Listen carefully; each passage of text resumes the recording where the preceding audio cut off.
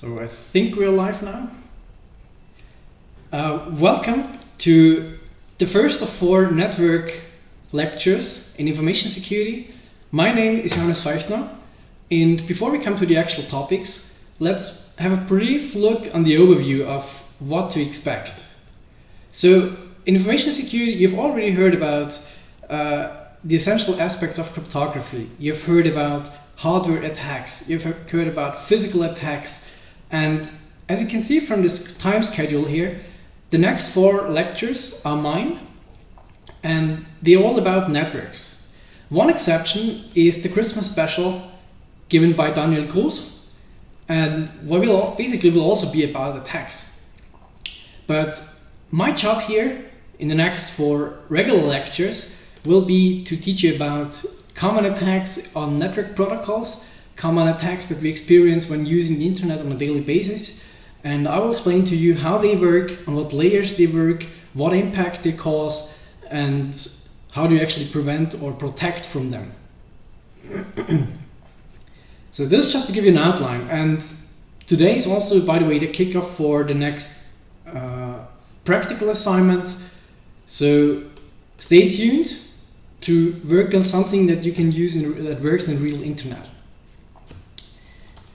As always, in case there are any questions pop up, feel free to ask them in the chat. I have the chat window of YouTube right open in front of me, so I will happily answer them, or just in case there might not be an opportunity for you to ask here, feel free to do that later on in Discord or via email.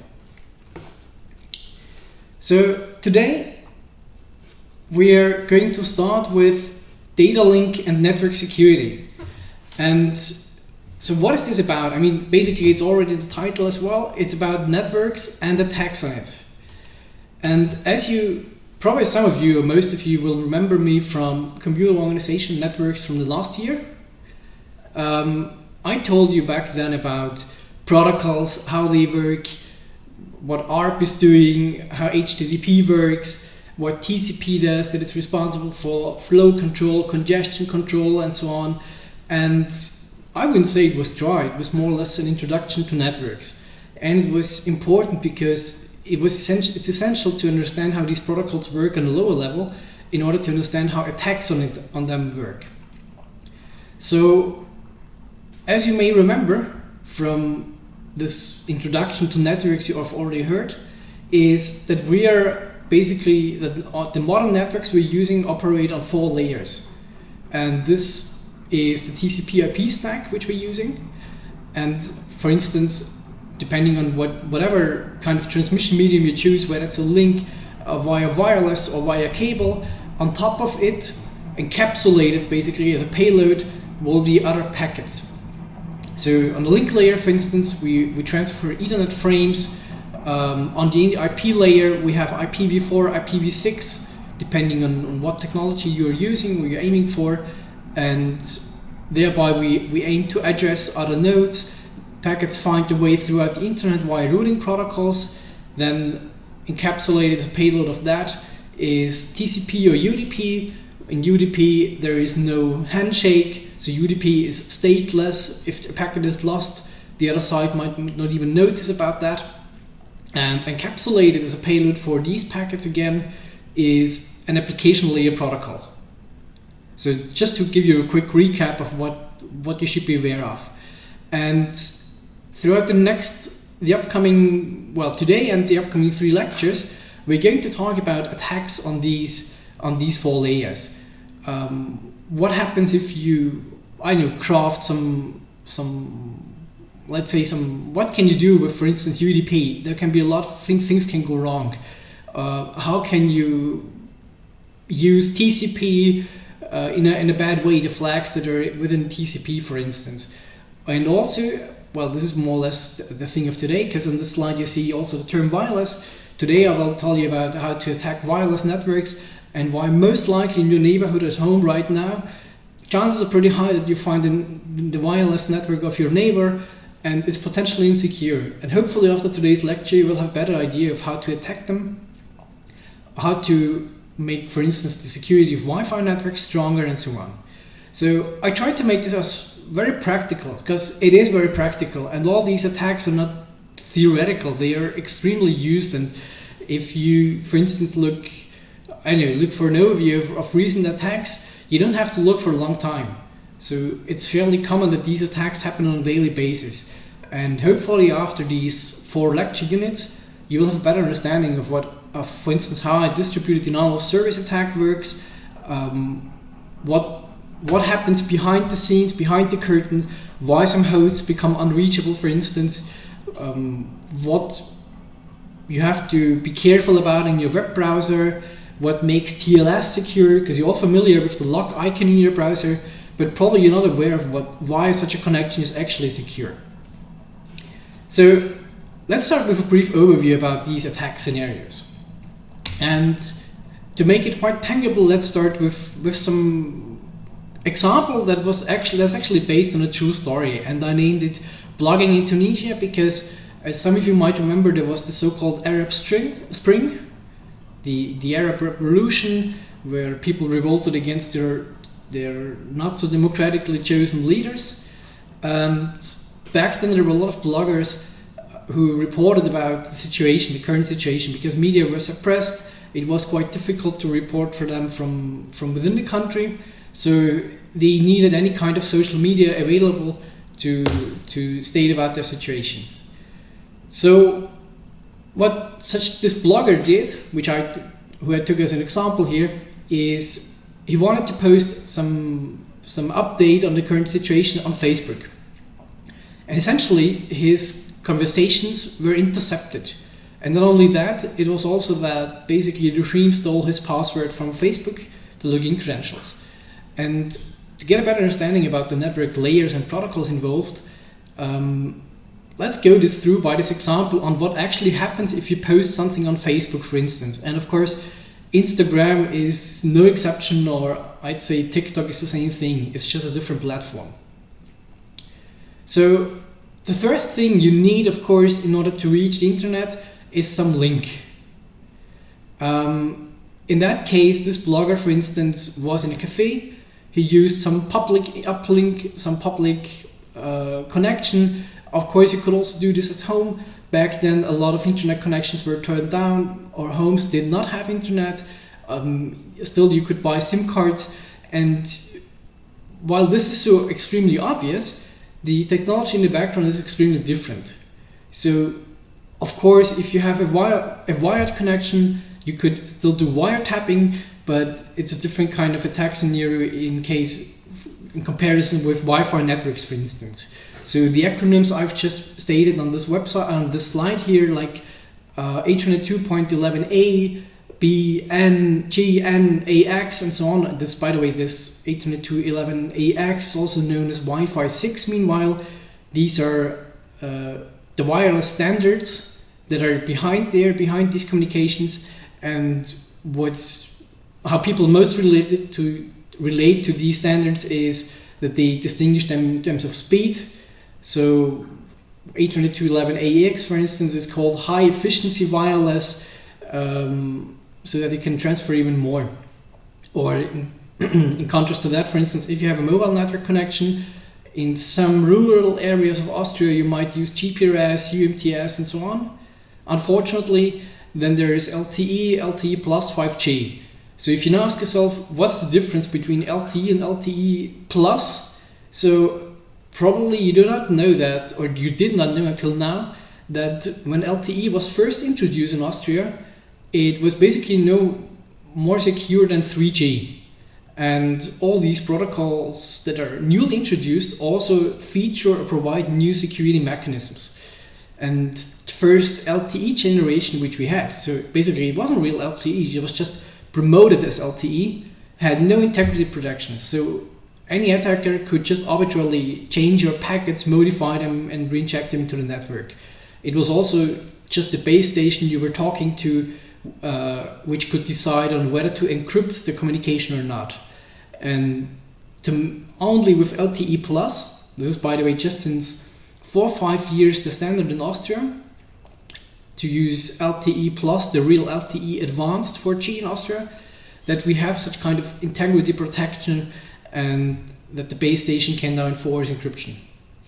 So just this is just to give you an idea that depending on the underlying technology, there's also different security level which we can achieve. Meanwhile, there's a question in YouTube saying, is there a big difference from attacking a Wi-Fi and copper or fiber optical links, from often not having direct access to it, like radio connection, acoustic connection? Yes, of course there is. So throughout today's lecture, you will also hear about how to attack Wi-Fi networks, and of course these attacks that you can run against Wi-Fi networks would not work against cable-bounded networks. So this is really if we are speaking about attacks on the link level, on the link layer. So not about everything. So communication could still be encrypted on higher layers, for instance. But if you, for instance, some attacks that's often reported when demonstrations are in less democratic countries is that there is some WAN or so outside which tries to intercept mobile network connections from those who demonstrate there. So this kind of attack is called IMSI catching, and of course it only works in mobile networks, but it would not work with other kind of radio connections. Or likewise, for instance, so this basically extends to all the different connection types. You might have heard about the key fobs. Someone just recently managed to clone a Tesla key fob it was quite cheap. So the guy just had to acquire a dummy key fob and then managed to copy an existing one to have a clone. And this worked for a very, very little budget. So such kind of attack work on the link layer. There are no other protocols involved on a higher level. The actual, for instance, the transfer, the payload you transfer is not relevant here. It really works on intercepting on this very link layer. And this is also the focus, the emphasis of today's lecture. So first to give you an overview, and then to see gradually what works on this actual communication layer, including the Wi-Fi stuff. So I hope this also answers the question to some extent. Of course, so bottom up, yeah, there is a distinction between on how you connect. Different mechanisms apply here, different security mechanisms. So assuming this blogger, coming back to the example, assuming this blogger connected now to some network, of course his communication somehow had to find its way to the Facebook servers. And you see we now are stepping up from the link layer to the internet and transport layer. Remember, this means that the transport layer packets are encapsulated as a payload within the internet layer packets, and the internet layer packets on a lower level again than are in the link layer. So just if you've already forgotten about this concept of encapsulation. So basically the packets of this guy have to find their way to the Facebook servers. And depending on what you see in this overview here, from a TCP/IP stack we could choose different protocols. There is TCP, UDP, and it also traverses through IDP. So TCP packets are essentially encapsulated, wrapped within IP packets, and the first station they're usually transferred via is the local ISP. And in some countries this means there's only one central ISP. For instance, in Russia, I think it was last year that they decided on a law that all the communication has to flow through a central node. So basically the government can control all the outgoing internet traffic. So they have built something like a Russian intranet, and whenever someone wanted to reach the real internet, the outside internet, then it would flow through some central gateway essentially. So in other words, there is a single point of failure and they can control all the outgoing and incoming traffic from the regular internet. Speaking of communication over the internet to Facebook, it's also usually not that we might think of one server, of reaching the Facebook server, but actually, if we're honest with each other, in times of cloud, there are multiple servers which are load distributed. So just give it a try. For instance, open the terminal, ping facebook.com, And you might be surprised that the answer comes, the ping, the ICMP response comes within 5-6 milliseconds. So of course, what this shows is that you, essentially, if you try to reach Facebook like this, you will not, and I'm quite certain this is the same thing with Instagram, but give it a try since it belongs to Facebook. Oh no, it's something, oh cool, yeah, that's a cool example, because it's extremely different. So what we see here, and I've not made this up, this is just by surprise now. If we try to ping Facebook right now, we are reaching some server within 5 milliseconds. So what we can assume from that, and what basically the traceroute command will also show to us, if I now issue it, that we're essentially reaching a server in Vienna. So for latency reasons, to make communication more efficient, for caching purposes, Facebook obviously placed the server closer to where we are residing. So in other words, it's not always just one server where this communication goes to. But it's extremely interesting if you look at the other thing concerning the other example regarding Instagram, you see that the ping times are by far higher. And if we do the same thing now for, so yeah, sorry, I've aborted this because, well, no, it will be finished in a few seconds. So you will immediately see what I mean. So the communication to Facebook.com, for instance, goes to some server in Vienna. This V coincidentally denotes Vienna. I just assumed it might be honest. Could also be Prague, reachable via 6 milliseconds. But the packets will definitely not go to the US, because you would not be able to achieve that within 5 milliseconds. However, I'm not so sure about this connection. It might be that this actually goes to the US, or to some other European country, or this country with greater distance, so with more hubs in between, slower links and so on. Another question in YouTube chat, this central flow, does it exist in Austria or Europe? How is ping and traceroute measured? Two questions basically. So whether we have in Austria, we have a central flow, well, to some, I wouldn't say central, but it's pretty centralized. So usually what we have in Austria is that providers have contracts with companies that provide these links, that provide so-called autonomous systems, which are essentially routers that redirect the IP packet throughout the internet. And for instance, Magenta or A1, they have their own peerings, which is then called. And usually these links are located in Vienna. So it might be that you're a customer of some local provider in Innsbruck, for instance. You're trying to reach some server like Facebook.com, and your packets will not go over Austria. So this is what I mean, kind of central. So essentially, most packets in Austria, most communication goes over Vienna. So central in terms of it mostly goes via Vienna, like in this case. But it can also be, if you, I don't know, just an idea, if you ping Graz, probably I'm not even going via Vienna. So it's not that so central like in other countries. There is nothing like a central gateway, and if you shut this down, then all the internet of one country is shut off. We don't have this like in a dictatorship like in Russia or in other countries. So luckily, of course.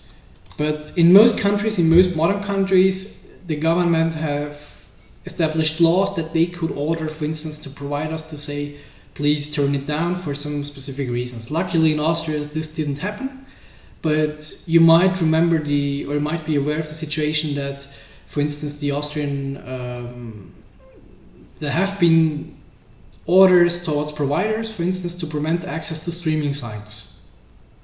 So instead of, for instance, ordering just one provider to shut something down or to do it yourself, if you're the government and you're the provider of that link, you would just order the regular providers.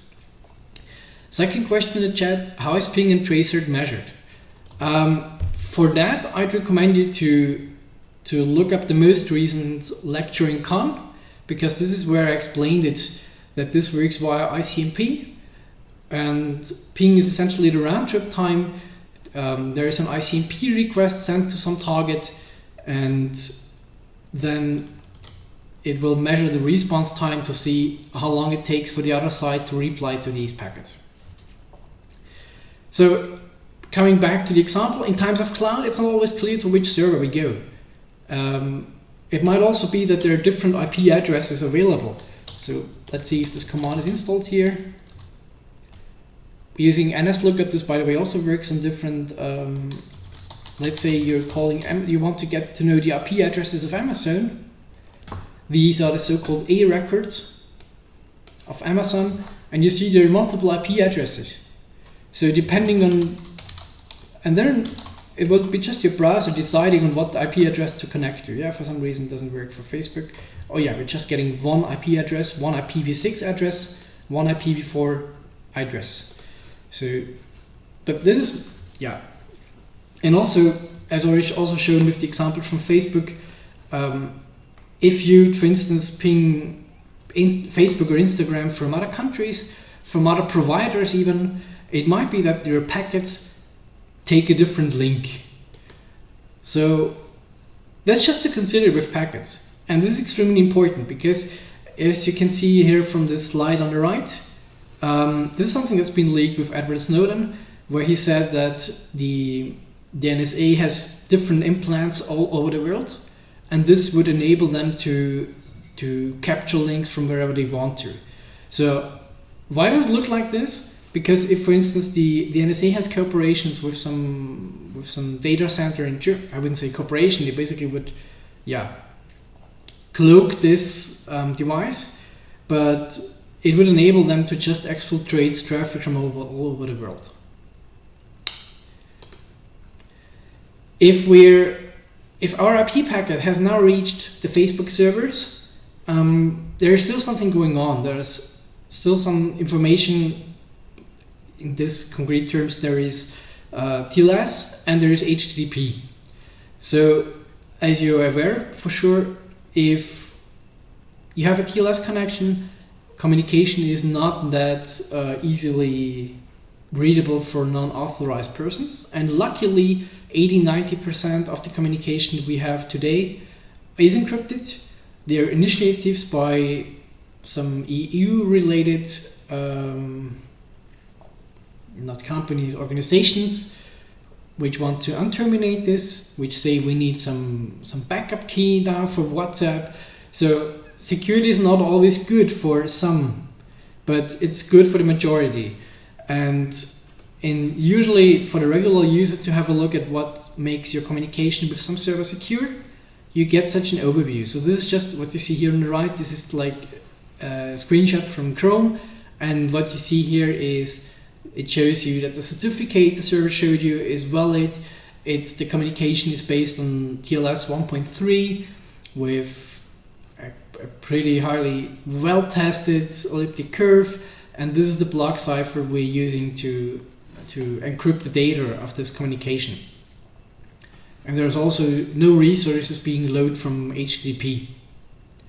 So this is to inform the regular user. But to be honest, I think, and this extends to 90% of the regular users, most people would just look at, okay, well, I'm trusted, secure, but only few have an insight or know the background how to interpret TLS 1.3, what this means, what that means. Or what does it mean if a server shows a certificate? And throughout these remaining 3 lectures after today, we'll also speak about this. So after these lecture units, you should have a better idea what it means if a server shows you some certificate. What's the difference if you use TLS 1.3 towards TLS 1.0, for instance? So why is this connection secure? If Chrome tells us it's secure, why does it think it's secure? And of course, then there is also the regular HTTP requests with which you transfer the regular data. So you also see here the referrer we're coming from, the actual host we are talking to, the profile, AK, and so on. And we also see a user agent. Our browser transfers a lot of data. So to draw the process of what happens to this blogger, what he might first do is join a Wi-Fi network, of course, or cable bound, open the browser, go to Facebook, post something. And the easiest thing basically to listen in to see what is actually transferred is to turn on Wireshark beneath the browser and see what data is transferred.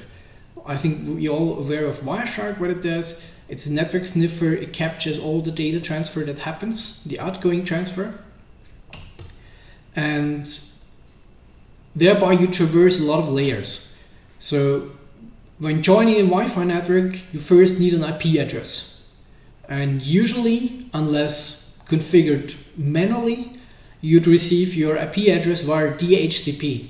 This is a protocol that's implemented, and this works in UDP port 67, that would just hand out IP addresses to you that would inform you what gateway to use and would essentially give you a local IP address at least so that you can reach the outer world.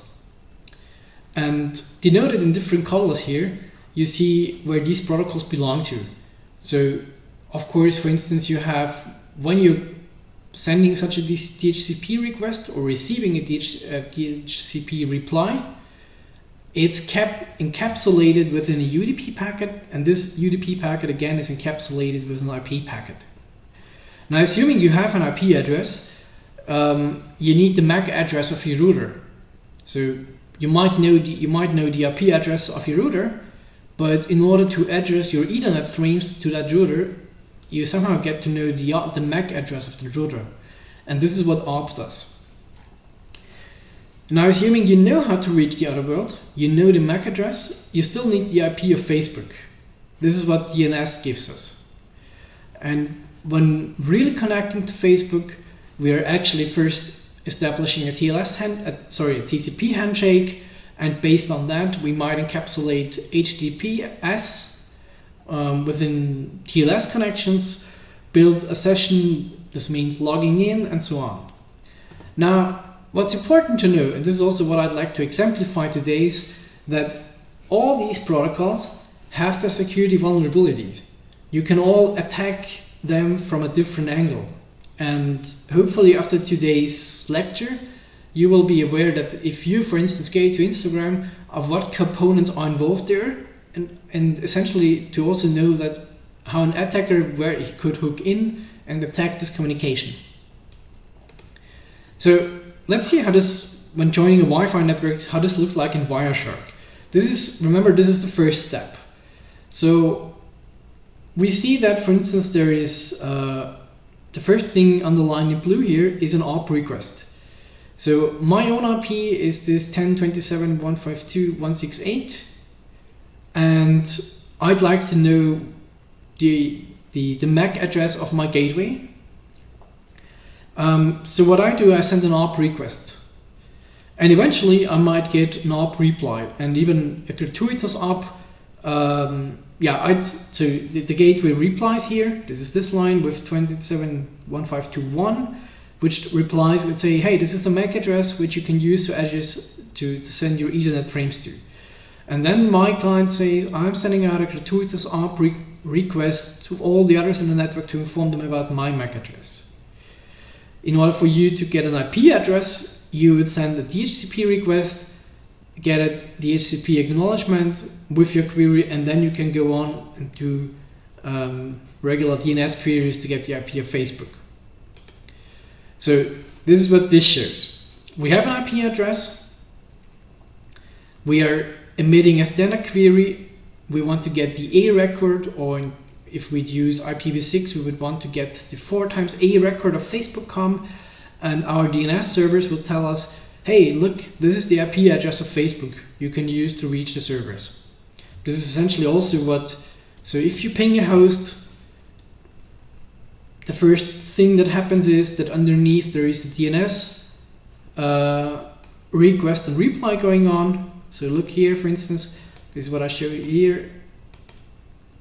So the IP address that this DNS server gave me back is this one, and this will then be used, this was used in ping to ping that host. So we now know where Facebook is located.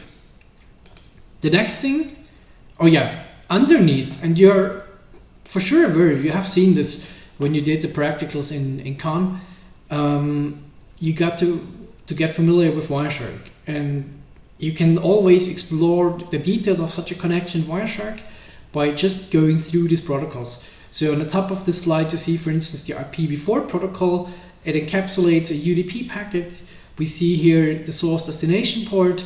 We see that the payload here of this UDP packet is 42, and what it carries is a DNS request.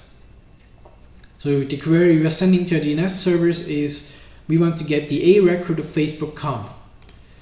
The reply will be with the same structure. The only thing that's different is it will also include such an answer block, where we'll find one or multiple IP addresses.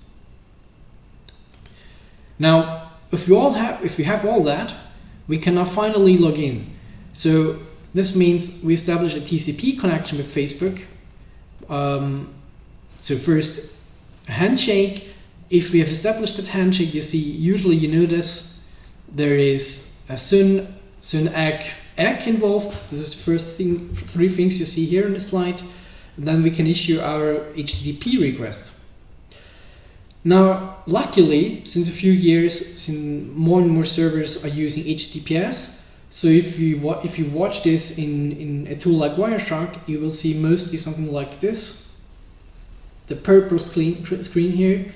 So communication will be based on TLS and will be by far harder to listen in. This also means attackers will have a harder time. But back then, when this blogger during the Arab Spring wanted to post something, Facebook was HTTP or HTTPS. It was just about the user to choose. And assuming the user has now logged in, it means he has established a session, there will be JavaScript involved, and so on. So basically, the high-level communication is done in the browser. So this is, again, if we're back now at the big picture. And as already said, all these different layers and protocols involved on these layers, they can be attacked. And in Kant last year, you have heard about how this works, how these protocols work underneath, what it means if a DNS request reply is sent. This lecture is about attacking them. So if you've already forgotten about, please look it up, what you've learned last year. But this just, on this slide, for instance, to give you an overview, and this is actually the cool thing about network protocols, to attack them. We have different options, and I've just picked a few of them. There are for sure more ways to attack the communication from some local computer connected to some Wi-Fi access point to some server. So picking it out. So let's say you start in the lower box where you see the blogger connected to some Wi-Fi. It might be that some attacker places a fake access point. And imagine you're bored at some airport and you think, what are actually people doing there with the notebooks? You could easily set up a fake access point with your phone and hope that people connect and then just sniff and listen on what they transfer. That's a quite easy to do attack. Being connected to some access point, to some Wi-Fi access point, it might also be that an attacker does an man-in-the-middle attack, fakes a certificate to listen in on even encrypted communication, capture the login data, and so on. You could also fake the DNS reply. So you could say, for instance, let's not hand back to the user the real IP address of Facebook, but some other IP address of a server that I control as an attacker, and it will look for the user just as if it would be on the real Facebook service, but essentially he visited the IP address of some attacker.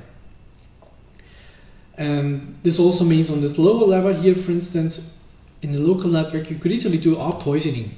So, for instance, if you, let's say, in the good old times, you were sitting in I-13, listening to some lecture, and you could easily do, for instance, you could set up a fake eDoRoom, fake TOG grants guest, access point. You could also do ARP poisoning, which means you could make the traffic flow through the attacker. So some of these attacks which you see here, and this is just an overview, this is just some protocols I've picked out. There are by far more. I'd like to explain to you in this lecture how they work in detail. because they are very common and they are very, very often executed. And as I said, for some, the balance or the boundary to do them, to execute them, is higher. You need more resources. So setting up a fake access point, for instance, is very easy. You can just do this with your phone and hope someone connects to. This is one could say this is an attack by itself, but you still have to listen in, you have to sniff the communication in order to perform an active attack. So assuming an open Wi-Fi, and open Wi-Fi is something we have all over. This is at every airport, at most hotels. Even if you're standing in Jacomini-Platz in Graz, you will find an open Wi-Fi. So what you can do as an attacker, that's the guy with the hat here, you could sniff all the data transferred. You would see the Wireshark dumps from going all over down, and whatever is not encrypted, you could listen in on that. You could also manipulate data. You could just send, for instance, let's say someone sends a bank transaction to someone with a certain amount, just add another 0 to that. I mean, to make such kind of attacks harder, there is now two-factor authentication that you have to confirm with a second factor that this is exactly the thing you want to do, exactly to prevent such kind of attacks or to make them harder. You could, as an attacker, you'd have very, as already said, it would be quite easy for you to set up your own fake access point, for instance, with a smartphone.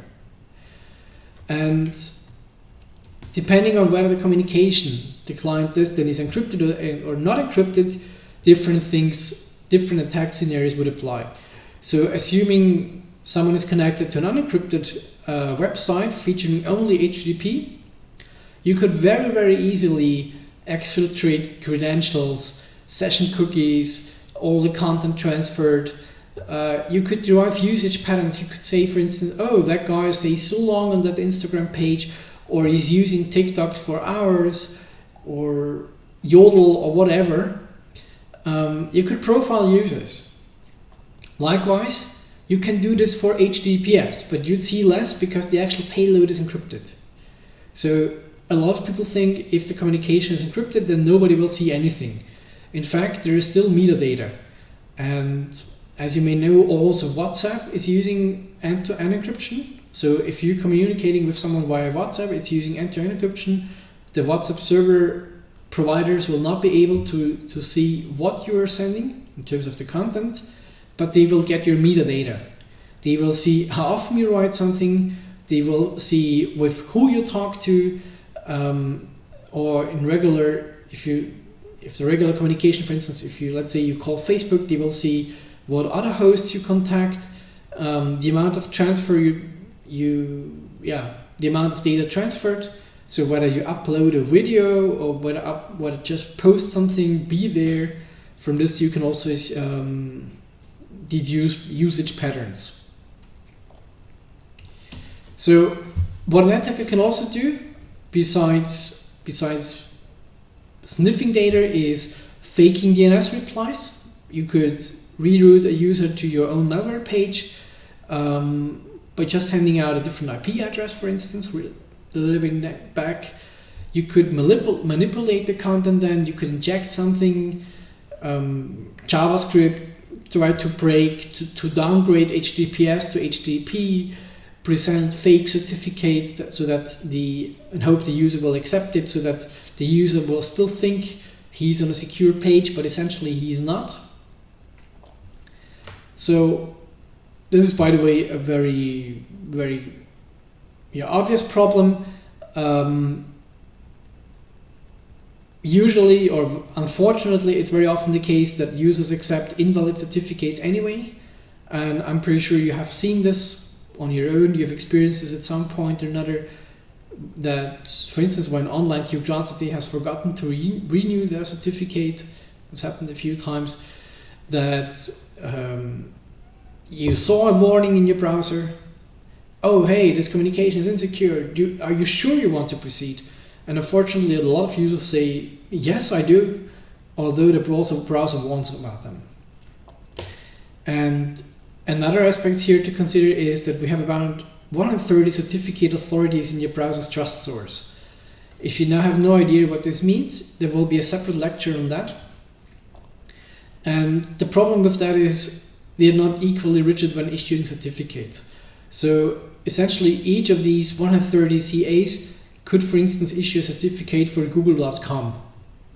And let's say someone else obtains this, it could be just misuse.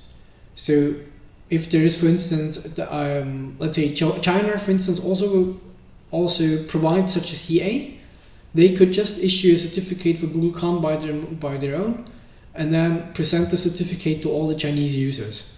And the communication will look secure for all of them. And I also explicitly mentioned this because in the context of mobile apps, we have this problem by far more than in the browser. So you know from your own experience that usually when you visit a website, you have the lock icon meanwhile, so 90% of websites have HTTPS. But unfortunately with mobile apps, just take any app you're using, it will not show you if it's transferring over a TLS connected protected communication or not. So you have no idea whether this goes encrypted or not. And I don't know why, but I have inspected this over the last years, also in research, is that a lot of mobile apps still do a crappy job when communicating with the outside with some servers. They just override default settings on Android and iOS, which would be secure, with less secure variants. And unfortunately, it will then happen that your app will just connect via HTTP, and the user unfortunately cannot even notice because there is no address bar, or you don't even see the server this app is talking to. So if you're more interested on mobile apps, I'd recommend you to the course Mobile Security, which takes place in the summer semester. Just a side note. So now back about protocols. What happened there in Tunisia? Facebook was largely based on HTTP. HTTPS was only if you explicitly called it or for login. So Facebook was aware that it's important to encrypt sensitive data like login credentials, but you could still call a regular Facebook site without HTTPS, and only when you enter the username password it would be sent to some HTTPS URL. So what the Egyptian government back then did, it had access to Facebook HTTP transmissions. They exactly knew when someone was calling Facebook via HTTP, so they injected a JavaScript into this logon page, and whenever a user entered then the credentials into the browser, they would post it to some non-existing URI. So just in case you've ever programmed a website, and I think a lot of TU students a lot of informatics students are doing this as a side business, then you know this is a very, very easy job to do, to just inject the JavaScript, to just insert the JavaScript into a website that would listen for key events and then collect these key events, and if there is a submit action, you would post it to some non-existing URI. So in that case back then, they did exactly this, and then they catch the URLs that posted to a non-existing URI which contained the username and the password. So essentially the communication still went to Facebook, but while this was happening, they also essentially copied the username and password. And for the user it was pretty not noticeable. It just happened. Unfortunately, so this was already in 2011, 2012. Facebook is meanwhile HTTPS only, which is very good from a security perspective, but there were other incidents operating on different layers. So in that case, as you can see, this attack which happened on the ISP level, the local provider, this worked on HTTP, so on application layer protocols. When there were demonstrations in Turkey, the government decided to block Twitter. And they did a crappy job. So they sent an order to every national ISP and said, please, since the clients are using your DNS servers, please do not give them back the real IP address of Twitter. So for any request to Twitter or a subdomain of Twitter, please give back an IP address that was just not valid. For instance, the IP address of some server of the Turkish government, and it would inform the people, hey, this is not, you cannot call this. So of course people very quickly noticed how to bypass this, and obviously this is something I found on the internet, even apparently on house walls, people, it was so important for them that even there they posted the alternative DNS servers, in that case of Google 888.8844, that you could use as an alternative, and they would not, so they can still reach Twitter. But the government improved on that and said, okay, feel free to use Google DNS servers, but we are not willing to really transfer the data you're sending to Google DNS servers to Google. We are just intercepting this. So what they did, there's a major provider in Turkey called Turk Telekom. They rerouted all the traffic that would actually flow to the DNS servers of Google to some other servers with the IP address 212. So when you reroute traffic, it's happening on the provider side. So they're basically, they were interfering with a routing protocol, and the routing protocol that usually interconnects these routers and providers, these autonomous systems, is BGP. So what they did was essentially BGP hijacking. So whenever you see it here on the first arrow here shows they configured this router in a way, the BGP router in a way that whenever the IP address 888 was called, it would give back another IP address. So you would just reroute this from the real time. You would override the actual route with a manually specified route, and this is what would be given back to the users. So in other words, the practical effect was just they wouldn't get any response back from the Google DNS servers. And this, by the way, such a BGP hijacking attack can be quite hard to detect. It's not always easy to see who did this, who caused the attack, and where something is rerouted, especially if this is local. So if Turkey does perform such an attack, you will not notice from that attack in Austria, because your communication with Google DNS servers will still work perfectly. Unfortunately, this continued, and this is still the case. So especially in less democratically governed countries, such kind of attack happen quite often. So you can see this happened first on the application layer with DNS, then they did it on the IP layer, and another scenario that happened in 2019 only. I was just picking one out, but if you look up the internet, there are so many examples. This is just to illustrate. This is done by governments. This is not even some random dude who feels bored who does such kind of attacks. This happens at a large scale by governments. In that case, the government in Kazakhstan was apparently, I don't think it was because of the Borat film, it was just because they were worried about, they wanted to improve nation security, so they required citizens to install a custom trust anchor.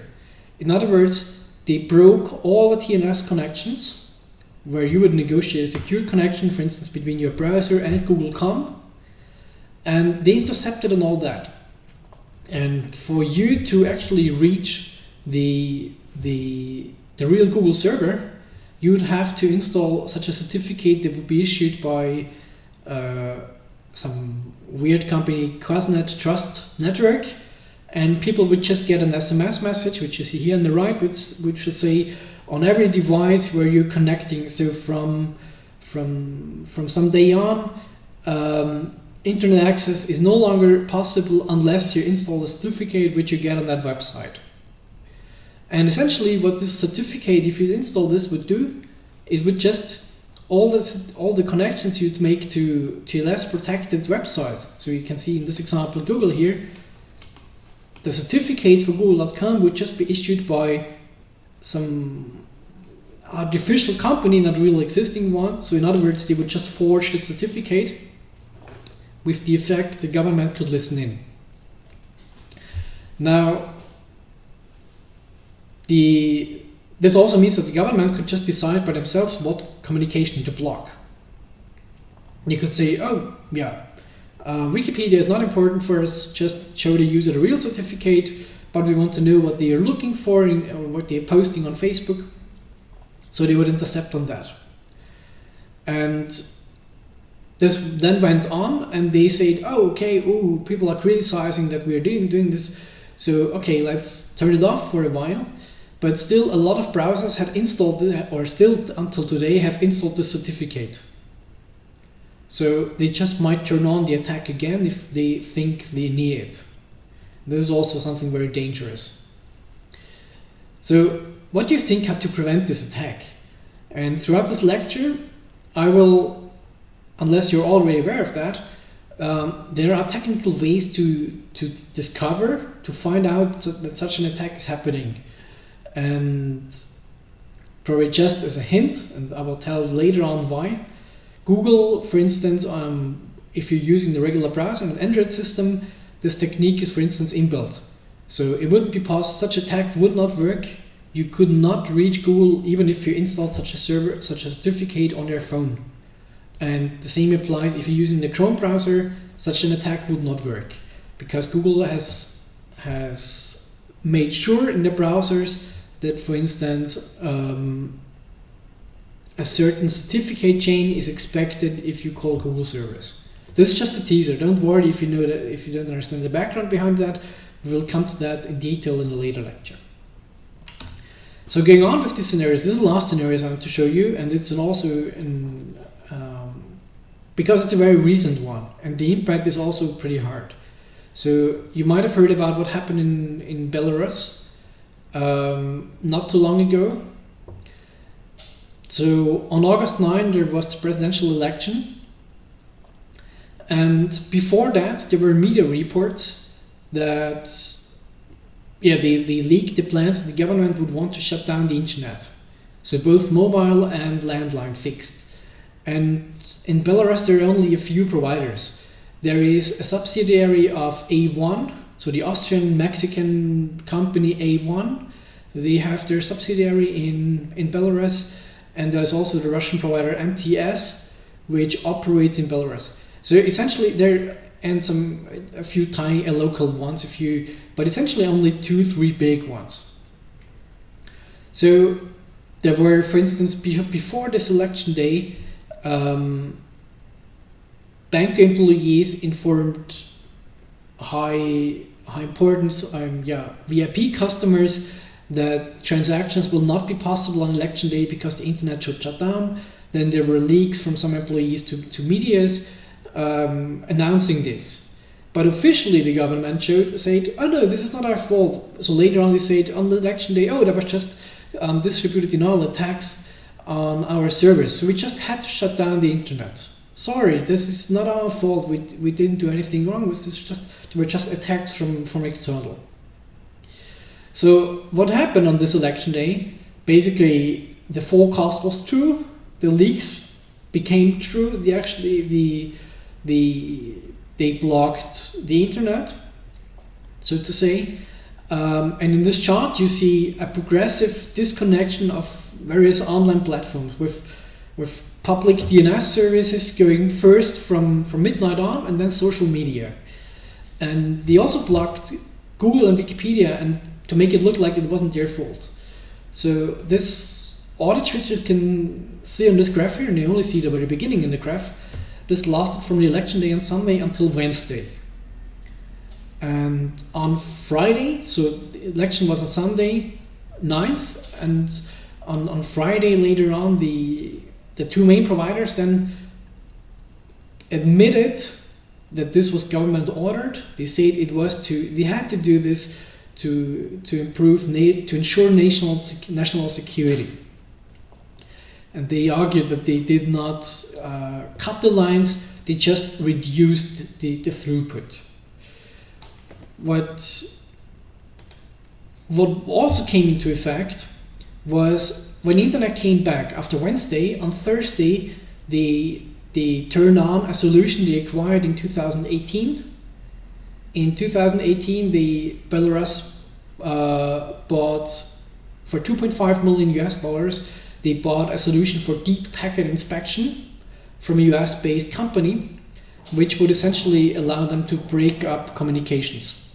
So even TLS connected TLS connections, which would hunt for host names you could specify, and as far as we know right now, they even put around 10,000 pages on these blocking links. On these, they wanted to block at least 10,000 pages to make it look like a technical fault. But among these pages, and this is also something you see here in the black box here, there was Uber, there was Spotify, there was BBC, Mozilla, Instagram, Viber, and so on.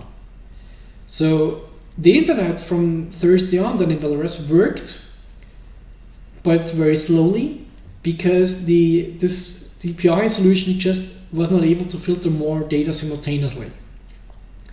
So this was in August, and since then there were disruptions again and again. And as far as I'm aware, the last time it happened on the 8th of November this year, during the US president election, because protesters obviously called out to Joe Biden for their support, for their recognition.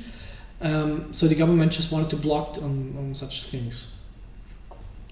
So yeah, this is just to give you, this is just an insight. These were just scenarios. I began with the blogger in Tunisia. This is something that happened already 10 years ago almost, but the techniques are still there. They are still in use. And probably you might not be aware of that, but also, so this DPI, it sounds like something bad, and it is something bad. This is something done by China, Iran, and such kind of countries, but also regular bigger companies in Austria, for instance, are performing DPI. And also the local SIT at TU Graz has a DPI solution. They're checking what data you can transfer, what domains you're calling, and so on. So you should be aware of that. That's what I want to say with it. So, as already said, since these were just scenarios, and they happen all over again, and just these scenarios I came up with here in Kazakhstan, Turkey, and so on, they affected millions of users. I would say, I don't know, if such kind of attacks are so prevalent, how do they work, and what layers are there always involved? This is something we want to look at.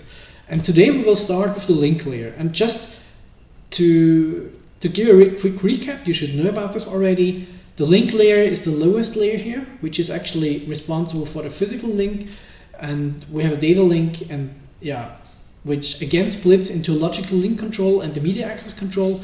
In the media access control, there is that's the layer where you address Ethernet frames to via MAC address. And so on. So you should be aware of this kind of group of communication protocols. So if you're now sitting at home and you're using a Wi-Fi access point, or you're using a cable-based connection, then what this device you got from your provider always includes, it's a switch. So it's able to receive communication from different ports and redirect them to others. So this enables you to have your local network at home. Around 10-15 years ago, there were still hubs. Hubs are, in comparison, inferior to switches because every node would see the whole traffic. So hubs are just done, they would just distribute the traffic all over from one port to the other. And sniffing is easy if you would set your network card to promiscuous mode. We don't have this, luckily, but what the devices we have today on are switches. And switches also suffer from certain vulnerabilities. And the three types of attacks I've summarized here are MAC flooding, MAC spoofing, and ARP spoofing. And especially, I'd like to pick these three out because they are most prevalent ones. It's first easy to execute them. So even if you're now bored and you think, let's try this attack out, it takes you very little to do so. They're not complicated. You don't have to buy equipment for that. You just need the right tools. So what is MAC flooding? Actually, it's source address table flooding, and it allows you to flood a switch with fake MAC addresses until the memory is exhausted.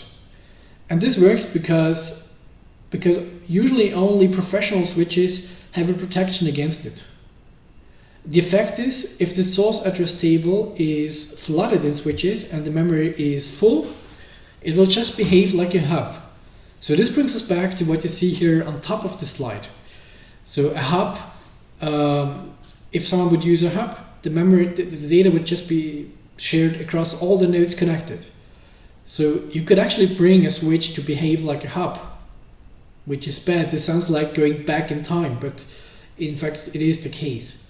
It's just that so-called managed switches, which are far more expensive than unmanaged switches, they have a list of MACs they allow for each port, where you could set up, hey, this is the allowed sender address. You could configure on what MAC address you would allow on what port. But this is usually only the managed switches, the more expensive one, the professional equipment. But if you try this attack on the switch you're using at home right now, switch and router in one device, it would most likely work. So you could just make your switch at home behave like a hub. So if you're bored, try it out. The other thing is MAC spoofing. And when doing MAC spoofing, an attacker just overrides a source address table by, so he would override the original association between MAC address and port with a fake one. In other words, he would say, on this port A, for instance, of the switch, there is now a different MAC address. And it will only work until the real user on this port would send something again. But this could be still enough to capture a username and a password. We will look at that on the next slide. And the third thing, which we will also look a bit more in detail, is op spoofing, also known as man-in-the-middle attack. So with MAC spoofing, an attacker fakes the MAC address or forges the MAC address of a victim host. In other words, an attacker says that he is now having the MAC address of some victim and wants to make the switch redirect incoming frames to the attacker. So it would have no effect on outgoing ones, but for instance, let's say the user just in this very moment has sent some login details somewhere, or is getting back something from a server, and if the user then performs this kind of attack, if the attacker then performs this kind of attack, he will just be able to receive these frames, which the switch would actually send to the victim instead. The practical effect is also, so on the one hand, this can be sufficient to capture credentials. Of course, you cannot plan this, you cannot see this beforehand. So most likely, the result of such any kind of attack would be denial of service. You will constantly tell, as an attacker, you would tell the switch, oh, this is the MAC address, the whole of this MAC address is now me. It's not the victim anymore.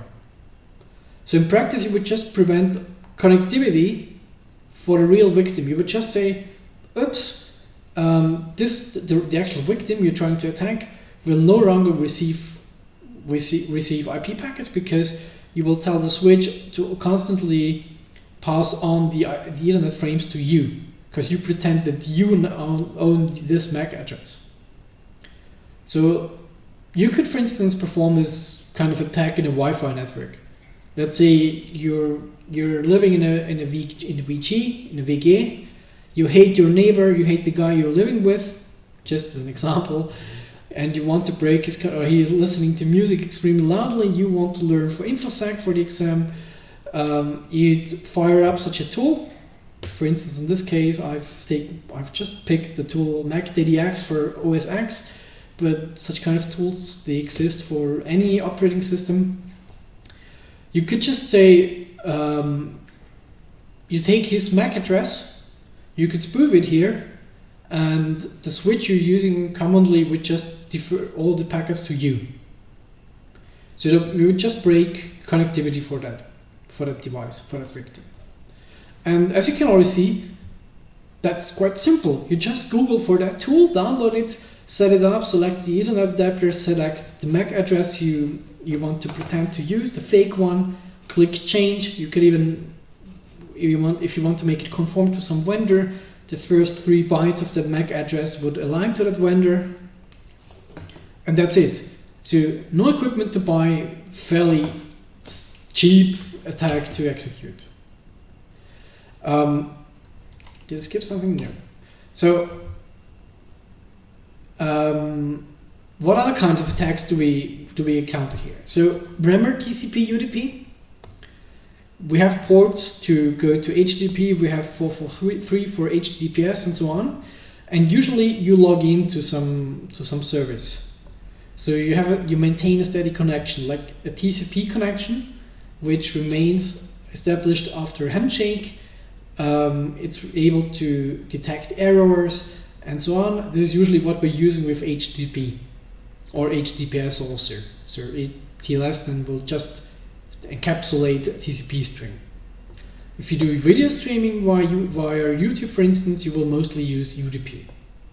And of course, on this height, on this level, you can also attack communication. So, for instance, to see what ports are open on the device, you could do a port scan. It would just show you, oh cool, this device is using this kind of, exposing this port, and eventually the software behind might be vulnerable. You could attack it. To find this out, you could do, for instance, a TCP SYN scan. And last year in Khan, you have heard about TCP handshake. You know that it works that one device, the client is, for instance, sending to the server a TCP packet with a SYN flag. The other side is responding with a SYN ACK. It's acknowledging the SYN request. And you could also use this or abuse this to do a port scan. Very prevalent, very often, this happens as so-called half-open scan, where the attacker just sends a SYN packet, in other words a TCP packet where the SYN flag is enabled, and if the server answers with a SYN ACK, it means it's able to establish TCP connections. But you don't want to establish a full connection, so you as a client would not complete the handshake, you would just leave out the final acknowledgement packet. This causes the connection to stay in a half-open state.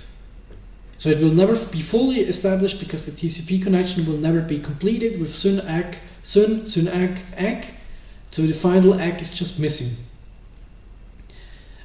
On the other hand, if the server sends a packet back, a TCP packet back where the reset flag is set, it will just tell the client that the port is closed. And the different variants of that, and all the operating systems behave differently. There's also something you could use to fingerprint operating systems. For instance, Windows always sends, when you do such a fin scan, this is just an alternative. Windows, for instance, always sends a packet with a reset flag, no matter if the port is open or not. And a tool that you should know about that's usually used for port scanning, by the way, it's also been used in Matrix Reloaded, Bourne Ultimatum, cool films, is Nmap. So it's the leading tool for port scanning. It's very easy to try it out if you want to. Just download it and do port scan, for instance, on your router at home or any other device, your mobile device. It will show you what ports are open, and it will also show you or try to fingerprint the operating system. Because as I just told you, all the operating systems implement the TCP IP stack a bit differently, so it will be possible for Nmap to distinguish the operating systems you're using based on their behavior when scanning. Therefore, it tries weird flag combinations, tries to see how they react to reserved TCP flags and so on. So if you've never tried this tool, feel free to do that. It will give you an insight, and this is no attack by itself. It's just scanning. It's just to figure out potential further attack vectors, to go further when trying to attack some host. So why I brought this up with scanning? In this case, it's just scanning, right? This is nothing harmful by itself. It's just information disclosure. This is just something you try to figure out from a host. The attack behind is SYN flooding. So instead of just saying, okay, let's try this port and see if a SYN ACK comes back, you could repeat this all over again and again. And then it's an attack called SYN flooding. So the attacker starts with a handshake where the SYN flag is set. The victim, the attacker knows, for instance, this is an HTTP server and the port is open, so the other side will just reply with a SYN ACK. It will internally allocate all the data buffer for that. We'll say, okay, we need this, well, I don't know, a web server that will fork itself, open another thread for the incoming connection. But what happens next is that the attacker just stays silent. He will not send the final ACK. The communication will remain in a half-open state, and the port is still blocked on the server side for that user. So if the attacker would do this for 65,000 times, he would basically occupy almost all the ports that are usable by the web server. So you would prevent him from operating normally, essentially resulting in a denial of service attack. It would just prevent the server from being able to respond to new connections. And again, here the different variants on how to counterfight these attacks. For instance, so-called SYN cookies. It's just like remembering, oh, that guy has already sent me something, by encoding the IP, the port, the timestamp, and so on, and then trying to maintain something like a register and how can you compare this? Like a cache. And if it's full, you just swap out the old entries. So now that we've spoken about TCP, there is something comparable to UDP. And since UDP is stateless, which means there is no handshake you have to establish beforehand, its impact is even higher. And it's very frequently used for making servers unreachable. This is then called a distributed denial of service attack. The principle is very simple. The idea is, you're an attacker here, you send UDP requests to some server that would receive them, but you fake the source IP address, the sender IP address. This works because with UDP you can just send one packet and that's it. There's no more handshake. There's nothing like a bidirectional thing going on all over. It's just that you as an attacker would just send one request to that server and you spoof the sender address like so essentially the server would send back the response to the victim. So just imagine you're sending someone a letter and requesting a reply, but as the sender address you would denote on the very top, you would just denote the address of someone else. And this is how this attack works. So the idea of such a reflection attack is that the attacker sends UDP requests to a server, and the server would then, for instance, small requests, and the server would reply very, very large responses to a victim, and thereby overwhelm this victim with data traffic. This may sound very abstract, so let me show you an example. And basically, this is very, very often happening. So this is whenever something in the media is something like Airport Vienna was not reachable, or the Austrian Ministry of something the website was not reachable, because, and unfortunately media then often say it was hacked, although it was not hacked, it was just overflown with traffic, more than they could handle, and this will also prevent legitimate connections from going on. So from time to time, people discover that some service can be abused for such an attack.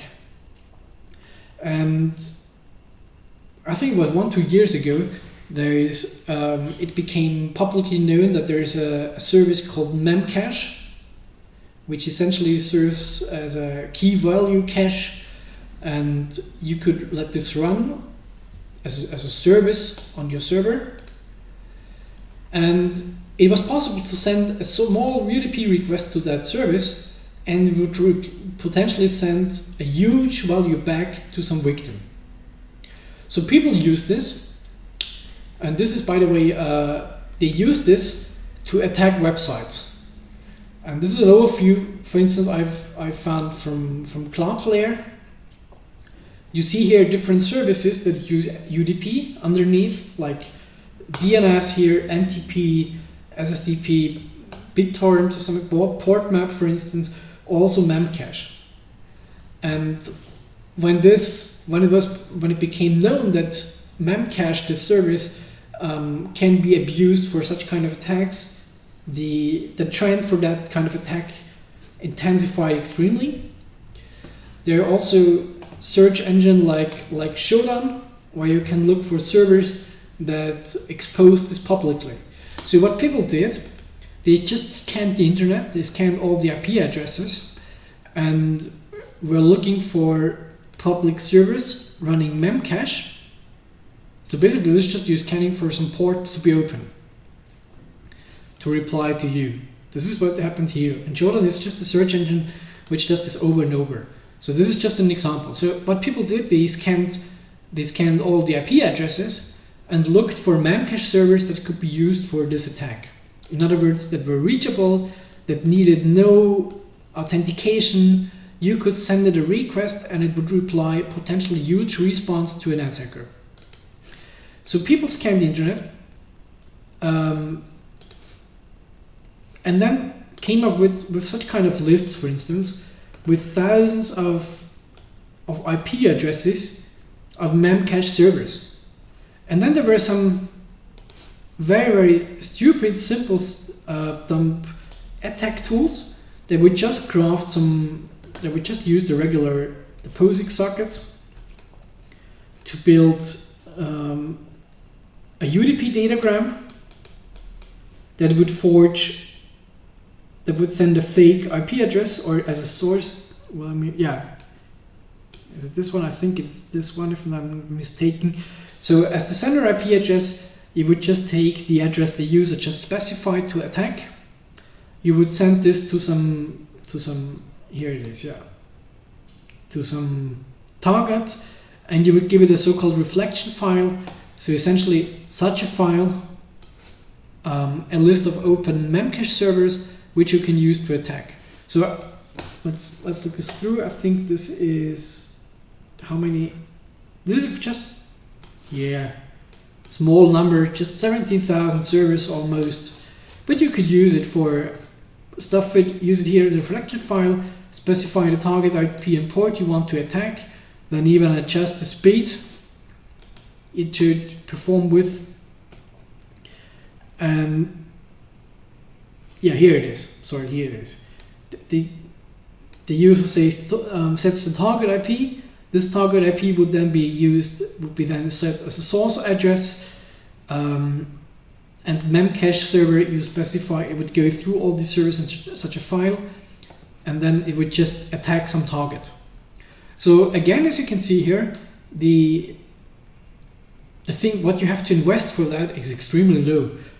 You find such kind of lists on Pastebin. I mean, this one is for sure outdated. A lot of these servers will no longer operate, but I'm pretty sure that among these 17,000 servers, 1,000 of them pretty sure will still be alive. So the investment an attacker needs for such an attack is extremely low. And also, if let's say you don't like a website, some stupid attacker could just perform such kind of attack. Now, what's also important to know is this public search engine of Shodan, when this attack became publicly known, they looked for how many servers would actually be open and vulnerable to that attack. Back then, they found 105,000 servers to respond to that. And they found most servers to be located in the US, in China, France, Japan, and so on. So this is the servers that attackers could potentially abuse. Now, imagine the following thing. This was in March 2018. 105,000 servers. if you right now look how many servers are still available and open without authentication, you will still find 34,000 servers. So although this attack is now in 2020 known for at least 2 years, more than 2 years, there are still many servers that are vulnerable to it. So it's actually the servers, the Memcache servers, you could have used to attack some target.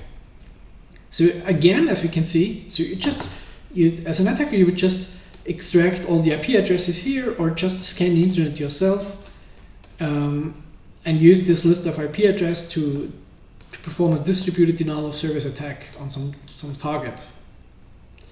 The problem with such kind of attacks is they're they're not trivial to block.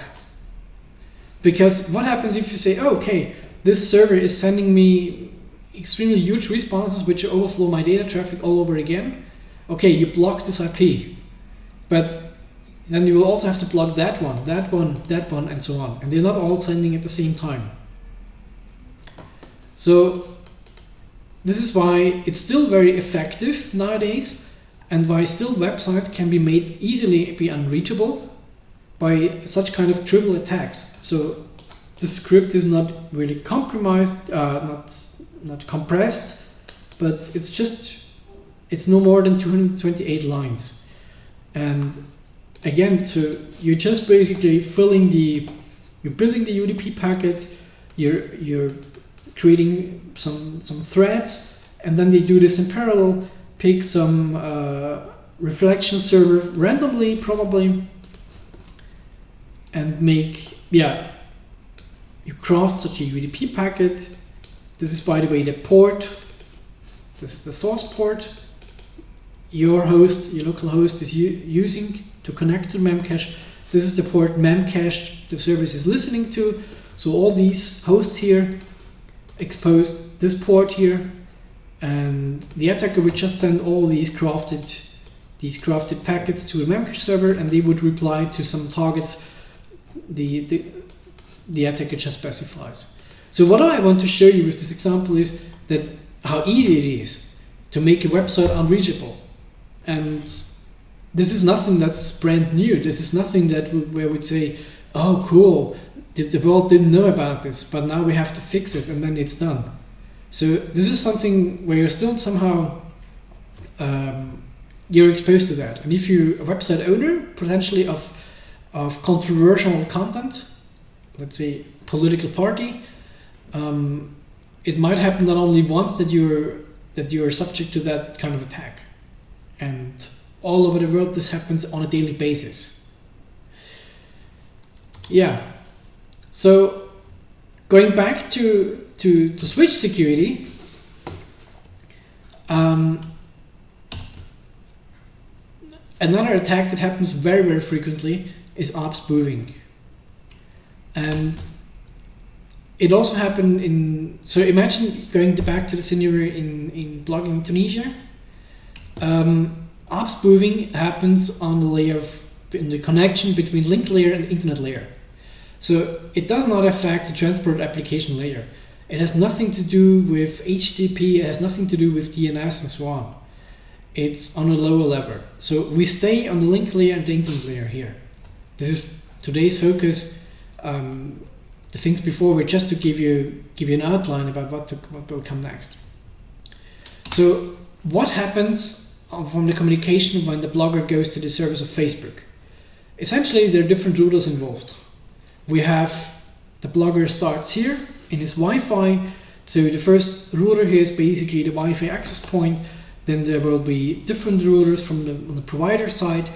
And as you remember from Con last year, routers do not have to understand what kind of content they transfer as a payload. They will just route it from the packet, give it further from one router to the next router until it reaches the router of Facebook, where then it will be completely de-encapsulated. So we assume that the attacker and the blogger are in the same Wi-Fi network. And this is something, so in the good old times you would probably go to a cafe and sit there with your notebook and use the open Wi-Fi of that cafe. So it could easily, this is not an unrealistic scenario. So what happens here? The blogger sends an IP packet with a sender, with a source destination, with a source IP address, the destination IP address. It would just go to the service of Facebook, and underneath on the link layer we have the MAC address of the blogger. We have the MAC address of the blogger encapsulated with an Ethernet frame. This Ethernet frame is then given to the router, and the router again addresses from the router to the router of Facebook. In between there are multiple routers and so on. So this is just the two layers. Routers just pass on the whole thing. So something you've seen in the dumps in the very beginning, in the Wireshark dumps, is that usually you inform the others in the network who is there. And you also need to know the MAC address of the router, because somehow you have to find out for who to address the packet. So what you usually do, you send out an ARP request. So in other words, you would say, who has this IP address? Or in this example, on a generic way, you'd say, who has the IP address ABCD? Please tell me, this is my MAC address, the MAC address of my network interface. And in a regular setting, you'd get back, hey, that's me. I have this IP address and this MAC address. And then your host would just learn this kind of mapping. And remember, when your host learns this kind of mapping, there is a so-called ARP caching table, which you can also read out here. For instance, in my case, this host here, the one I'm using here, has learned that this IP address, my router, has this physical MAC address. Or there's also another host in my network with that address.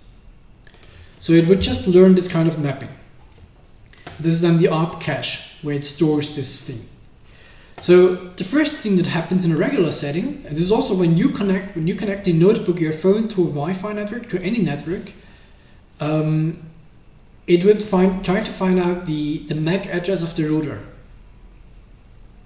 So in other words, if this is your router with 10.27.1.5.2.1, it would send out an ARP request and wait for the gateway to reply, hey, this is me, please remember this.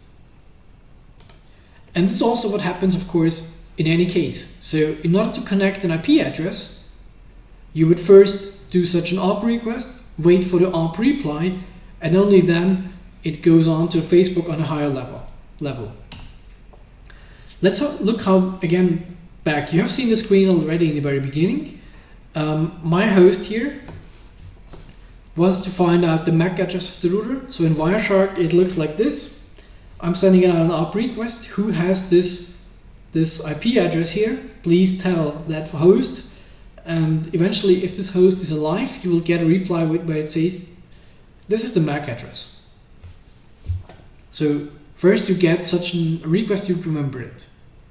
The problem is, we can see, after I got this, my host, for instance, sent out a gratuitous ARP. So I informed all the other hosts in the network that this IP address with 168 now has that MAC address, which is partially hidden here by the 5A address here. And this is, if you just the example I've just shown you a minute ago, if I look at the ARP cache of the host I'm just using, I haven't had any communication with that host. I have no idea who that is, or that one. The way my computer learned about the IP MAC mapping here, this just happened by these hosts sending out gratuitous ARP requests or replies.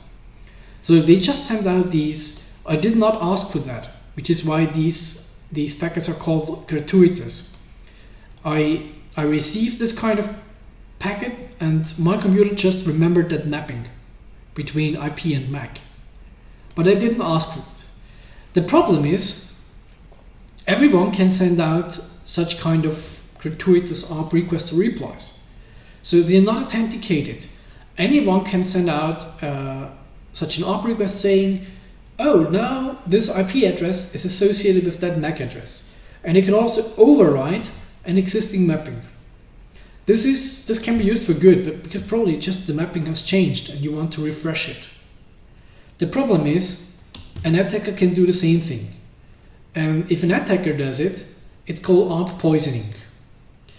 In the example we had of the blogger, let's assume they're both in the same Wi-Fi. And this is something you could easily do this at home if you have multiple devices, if you have your phone and your notebook in the same Wi-Fi, for instance. So the blogger already knows the MAC address of the gateway, but the attacker wants to modify the traffic of the blogger, in other words, intercept it. It would therefore poison the ARP cache of the blogger and the gateway. So in a healthy setting, while this kind of cache is intact, it would work such that, so right here on the slide you see the gateway, on the left the blogger, and the gateway just knows that the IP of the blogger and its MAC mapping, and the blogger knows the same thing about the gateway. So whenever the blogger wanted to send something to the gateway, he would just address the frames he would send with the gateway MAC and say, oh cool, I'm sending something to the gateway, okay, use that MAC. And whenever there's a reply incoming, then the gateway would defer the same thing to the blogger.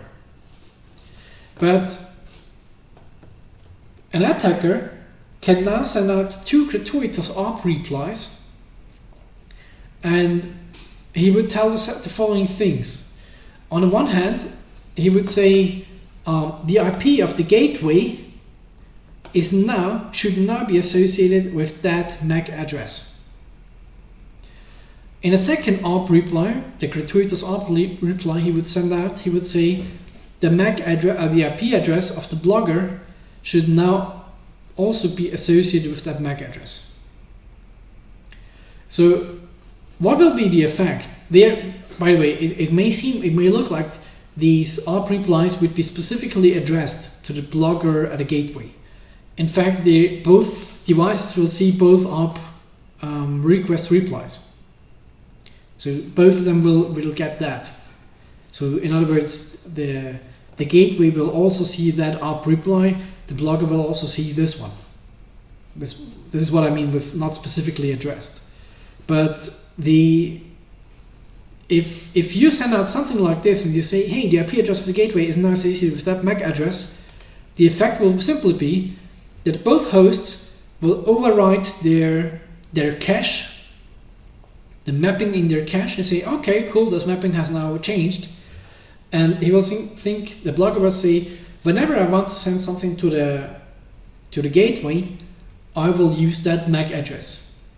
The effect is simply that all the communication will go via the attacker, and vice versa. Whenever the gateway wants to send a packet to the blogger, it will address it to the MAC address of the attacker. So in other words, the attacker will be just in between. And this is why this kind of attack is called man in the middle. And the cache, the tainted cache is called poisoned, which is why the whole attack is called ARP poisoning.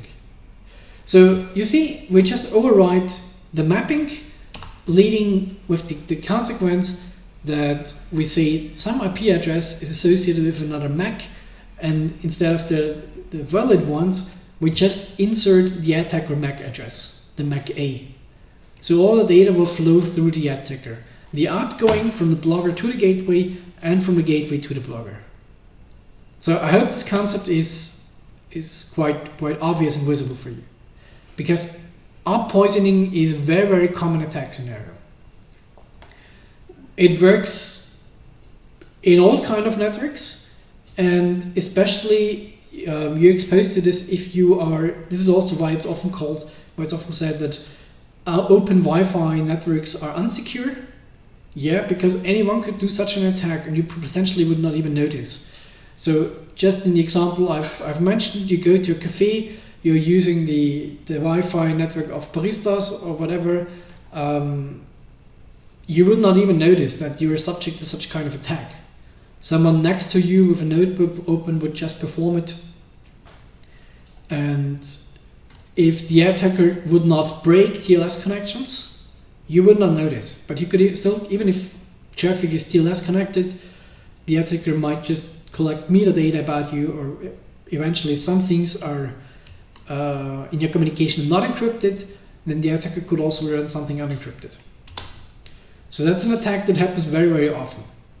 Now, what can you do to prevent such attacks, to protect from such attacks? So, of course, as already mentioned, always use HTTPS. Make sure there's a lock icon in your browser. Make sure you're using secure ports in your mail program.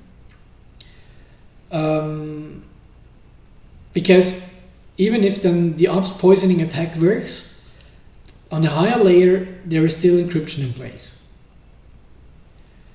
So the attacker will still see some that you connected, for instance, Facebook, Instagram. It will still be possible for the attacker to find out what host you're connected to, but the attacker will likely not see the content if it's encrypted. Another way, of course, use VPNs. So usually with VPNs you have an encrypted connection to some VPN server. So this comes to the same conclusion. So VPNs also do not prevent ops spoofing, but they help that nobody can listen in. And essentially we have the same problem in trusted and open Wi-Fi networks. So it's not the network itself that would distinguish from that. It's just that usually when you share the password of a Wi-Fi, you would trust the other party to some extent. So it's just less likely that you would share the password with an attacker. And yeah, but I mean, if you look at the concept here, as I told you, both devices will get these two ARP replies. So if you'd have a clever device, it would be fairly simple to say, something is fishy. So for some reason we have two IP associations that would lead to the same MAC. So if the switch router combination you get from Magenta and A1 as a regular customers, these devices are really dumb. They just serve for the sole purpose of giving you internet access.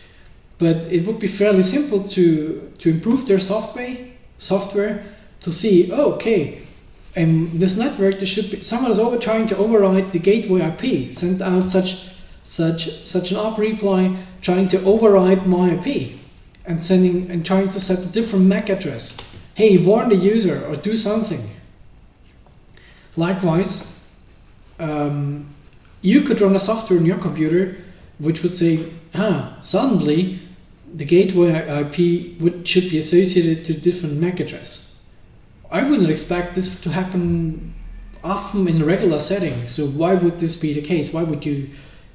What circumstances would this be a normal behavior?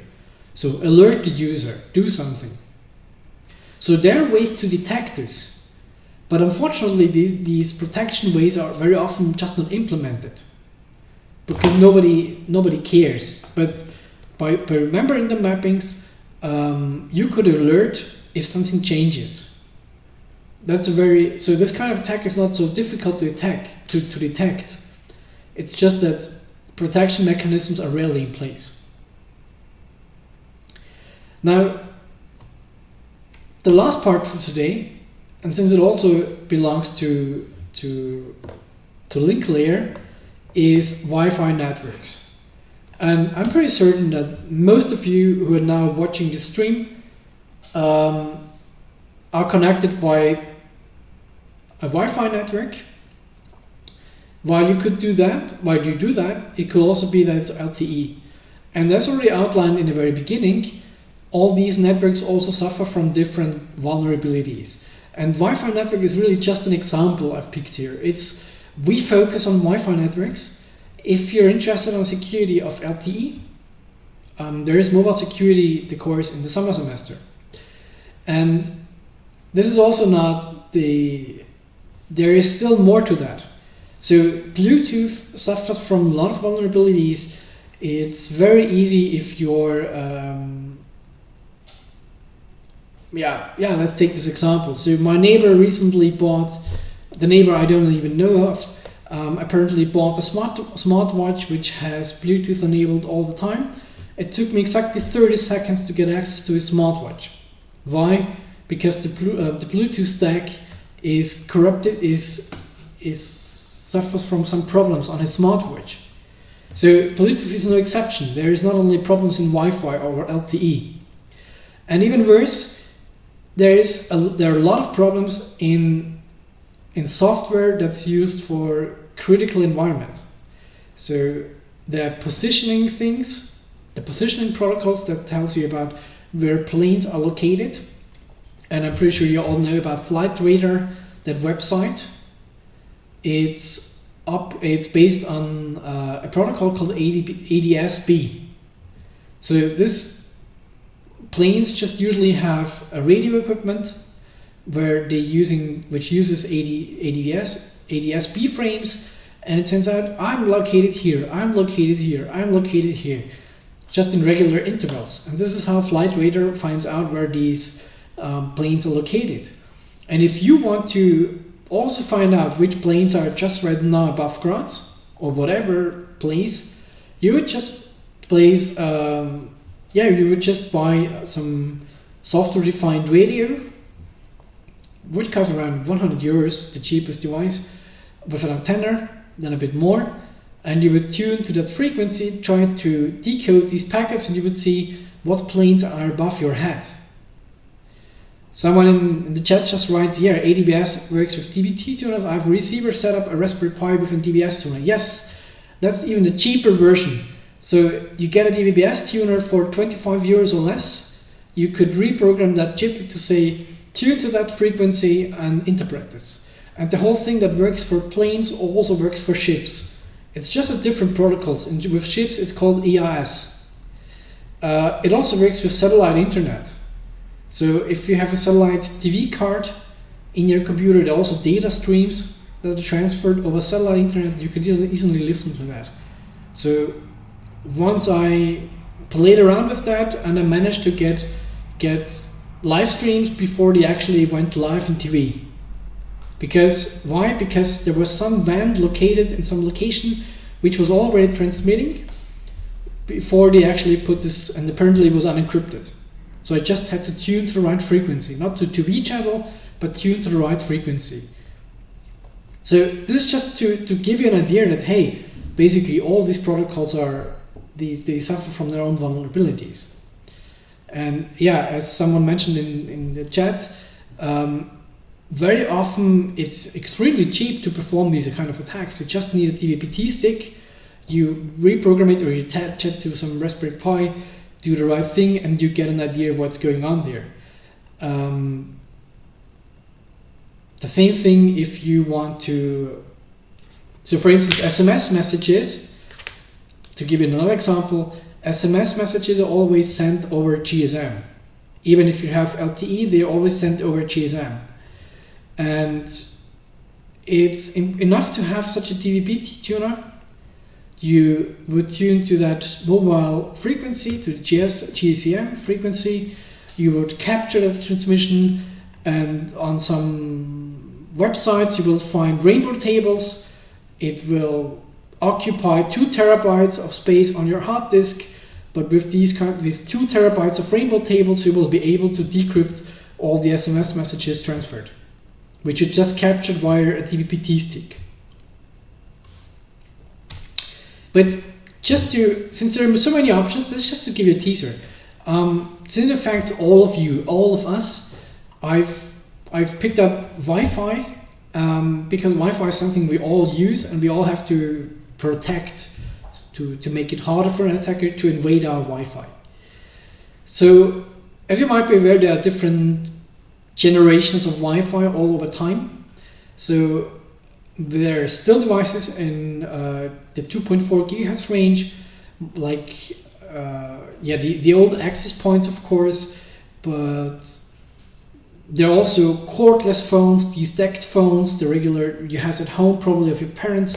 These cordless phones, they also worked on the same frequency. If you're curious, you can also try to place a Wi-Fi access point next to a microwave oven. They also use the same frequency, so your microwave oven is basically draining your Wi-Fi signal. Baby monitors, Bluetooth devices also work on that frequency. Even some radio equipment. And so all over this leads to interference problems. And to improve on that, there were different generations of Wi-Fi over time. So I think you're all familiar with 822.11n. This is something that's been around for a long time. It's the crossover between 2.4 gigahertz and 5 gigahertz. This is when there are these what happened so that the speed improves. So we started with, basically most of us started with 54 megabits per second, and then the network cards got better and better, supported newer standards, and meanwhile most of us will probably have a network card that supports up to 855 or something like this megabytes per second. So underneath there are different Wi-Fi FDE standards, and to get higher speeds you need a higher frequency. In this case, usually we operate with 5 gigahertz, which will also bring an increase in terms of frequency width, and a broader frequency spectrum means you can transfer more data within one channel if you occupy it.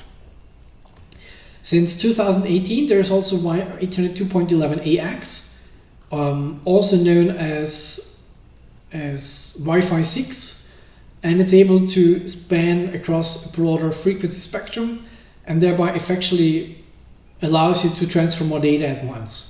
So we are heading for frequency, we're heading for speed here basically. And what you see on this in the picture here on this slide is that previously in the very beginning of these Wi-Fi networks, all the channels were split from each other. So we had channel 1, for instance. If you tuned your Wi-Fi to channel 1, it would set up on 2412 megahertz. It would occupy a spectrum of 20 hertz. So it would go from 2412 to 2434 probably, and just at 2437 there would be another channel starting. So, as I already said, you could make this larger, the frequency spectrum, and thereby transfer more data. And especially with 802.11n, or even if you look up your UPC or Magenta router right now, there might be a setting which would say use 20 megahertz or 40 megahertz. So what this means is just the width of this band here. If you set up your Wi-Fi to use such a bandwidth here, you could just transfer more data. The thing is that if you do that, you will also prevent your neighbor Reno from using that, because if your neighbor would tune the same frequency, it would just overlap. So it would cause problems for both of you. So this is a nasty way of improving your own internet while decreasing the performance of your neighbor. So if you want the maximum performance in your Wi-Fi network, you would have to tune to 5 gigahertz, since it's using up to 160 megahertz channels. So you could tune them, so the broader the channel, the higher the speed you can transfer. Unfortunately, it does not mean that, or probably you have even noticed this by yourself, if you use a 5 gigahertz Wi-Fi at home, the reachability is not as good as if it would be if you use 2.4 gigahertz Wi-Fi. So if you want to maximize the reachability of your Wi-Fi, you would have to set up 802.11n on 2.4 gigahertz. That gives you by far, the reachability is bigger than with newer protocols like 802.11 AC, because the spectral bandwidth on 2.4 gigahertz is just bigger. But you're not here to hear about the evolution of Wi-Fi networks. It's just to give you an overview about what improved over time. We're actually here speaking about security.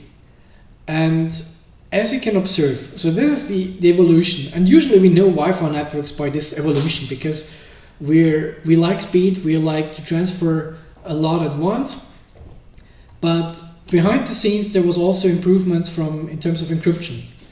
And there were many security issues ever since with Wi-Fi networks. This is when it began with these simple WEP protected networks. This is what happened in the beginning of the 2000s. This was commonly used. And for instance, in 1991, there was the first encryption protocol be used with Wi-Fi networks. It was standardized. Only 2 years later, the first vulnerabilities were to be known. So those who standardized this thought, probably it won't take a long time until it gets broken. So they made sure to quickly standardize WPA, WPA2. And only 1 year later, it became known that the FBI has already broken WEP. So it was quite easy for them to access WEP encrypted networks. And back then it also, the way this, to break WEP protected networks, how this works, the system behind this to break it was also integrated into a toolkit that's very popular. It's called AirCrackNG. And if you Google for it, you will immediately find it. They're prepackaged packets. It's very easy to run it on your own network adapter. So in just 2007, the attack improved, and it was possible to crack such kind of protected networks in less than even 60 seconds. And the attack itself was called PTW. In 2008, the first attack on WPA became apparent. A lot of media back then wrote WPA cracked. So like we had a problem, huge problem. In fact, it was just possible to inject something into networks. It's still not this kind of attack like with WEP, where you could really find out the key that would protect the network. So these kind of attacks improved over time. And probably you have noticed that on the router you're using at home, the access point, there will very most likely be a sticker on the back which says, instead of a key, you could also use WPS to connect.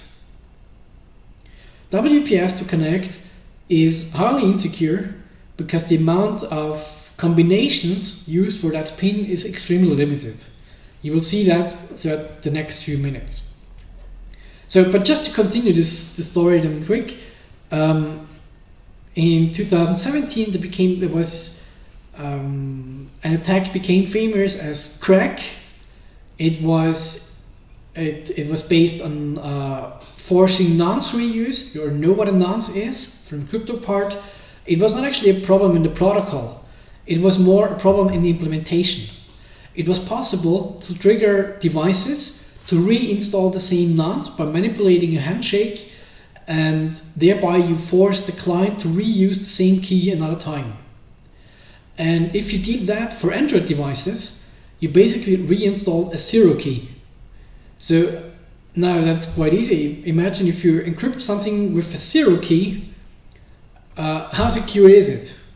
Well, 0%. Encrypting something with an encryption key of all 000, an attacker can do the same thing. So basically all the Wi-Fi connections, the communication that Android devices used were just insecure. And there are still, unfortunately, since you know that the update policy is so bad with Android devices, there are still devices out there which are vulnerable to that attack. And just last year, or actually 2 years ago, WPA3 was standardized, and just last year a guy presented a downgrade attack on WPA3. So this story continues, and it's extremely likely that we will also see further attacks on WEP and WPA2 and so on. This is why current recommendations go to saying, please use the newest protocol possible, use the newest encryption standard there is in your operating system that's supported by router, because it's likely that we will see problems in other encryption standards with Wi-Fi networks. And WP3 there was a huge improvement because it introduced something that we will still see when we will speak about TLS, a feature called forward secrecy. So that's again, so all these protocols of course improve over time. In other words, the newest one is most likely the most secure one, and you should also use the newest one if available. Something you might be familiar with when you look at the Wi-Fi networks your notebook knows from home. You will most likely see a list of Wi-Fi networks that seem similar like this. So usually you would just see the SSID, the Wi-Fi name, if your notebook searches for Wi-Fi's. Of course, all of these access points have a MAC address, so and some security level. So this is a list you could typically find if you're in Graz. You search for Wi-Fi networks. Some people have mobile internet for 3. They use a WebCube for that, or WhoTube, or how's it called. They might have internet from A1, then they get a Wi-Fi access point that's by default named PBS something. If you're a customer of Magenta or previously UPC, you most likely have a router with that default ID, that default SSID, UPC something, and at the same time your network will spawn an additional Wi-Fi network called UPC Wi-Fi. Now, by the way, how do you get to the MAC address? You could just sniff on the Wi-Fi networks to see that. So now guess which of these networks could be vulnerable? Could the Hui gate be vulnerable? Why would they hand it out if it would be vulnerable? So is it vulnerable? Probably. What about the WebCube? Is it vulnerable? Or the A1 device? Well, the answer can be, or in this case, I know because I knew about these specific examples, all of these devices you see here are vulnerable. There is an attack vector for all these access points, all from PBS, UPC, UPC Wi-Fi, all of them. And probably immediately obvious for you is that the last one in this list here, that's for sure vulnerable, because you've seen here that WEP encryption can be broken in less than 60 seconds. But what about the others? I mean, you see in this overview, there is no list which says WPA2 is broken. So why do I mean that the networks in this list could be vulnerable? How would you attack them? What's the problem with them? Let's have a look at the properties of these different encryption standards. So on the one hand, there is WAP. Yeah, we know that can be broken, but how? So the principle behind is quite simple. It's a stream cipher where you have a key that's concatenated with an initialization vector, an IV. And this then serves as the seed for an ARC4 stream cipher. You derive a key stream, you just XOR the key stream with the plaintext. So just a regular stream cipher, nothing fancy about that. And then the ciphertext is just transferred. For that, there are two variants. There's a 40-bit key and a 24-bit key, which are concatenated, resulting in a 64-bit ARC4 key. I think you know about from the crypto lectures that a 64-bit key is, well, it does not add a lot of entropy. It's probably not so hard to break it. So still, WAP exists in a second variant where a 128-bit key is used. Then this would mean your WAP password would have to consist of 13 ASCII characters. Thing is, in 1991 it was standardized, in 2001 essentially broken.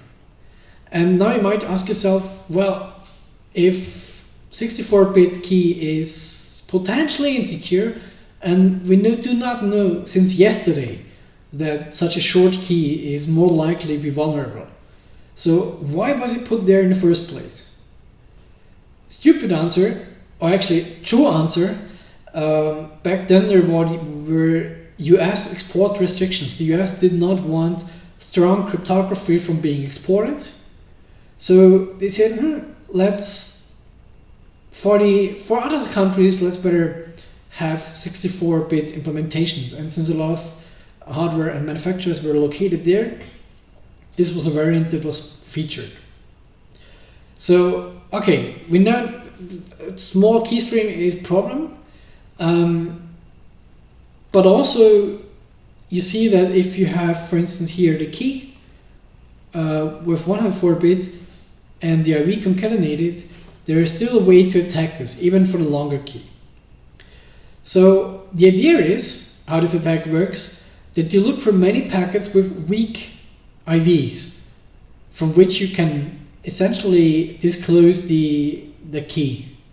So you look for packets with weak IVs that will allow you to infer the key. So as soon as you collect these kind of packets with weak IVs, and as soon as you have enough of them, it won't take you so many attempts to try to brute force the actual key. And the weak IV is actually key dependence. This means it takes, since they are concatenated, it takes a different amount of time for you to break depending on the key. So in other words, weak IVs are not uniformly distributed in the space, but IVs are essentially plain text. They are 2.2 to the power of 24 possibilities. So if you capture enough weak IVs, you can derive, with just a few attempts, derive the key. And this has been improved over time to such an extent that you can break these keys in less than 60 seconds. So what attack ways do you have? So for instance, there is such a network, you could do a replay attack. You just capture, for instance, one of these packets and then send it over and over to the access point, and then again collect the reply. And since it's a stream cipher, the key stream will change over time.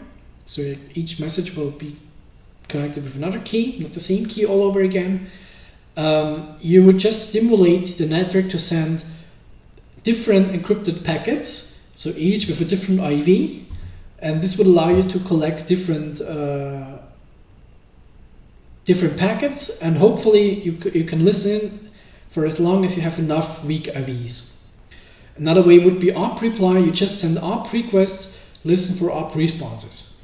And since each of these packets is encrypted with another key, meaning also another IV, it would be a quick way to get enough IVs.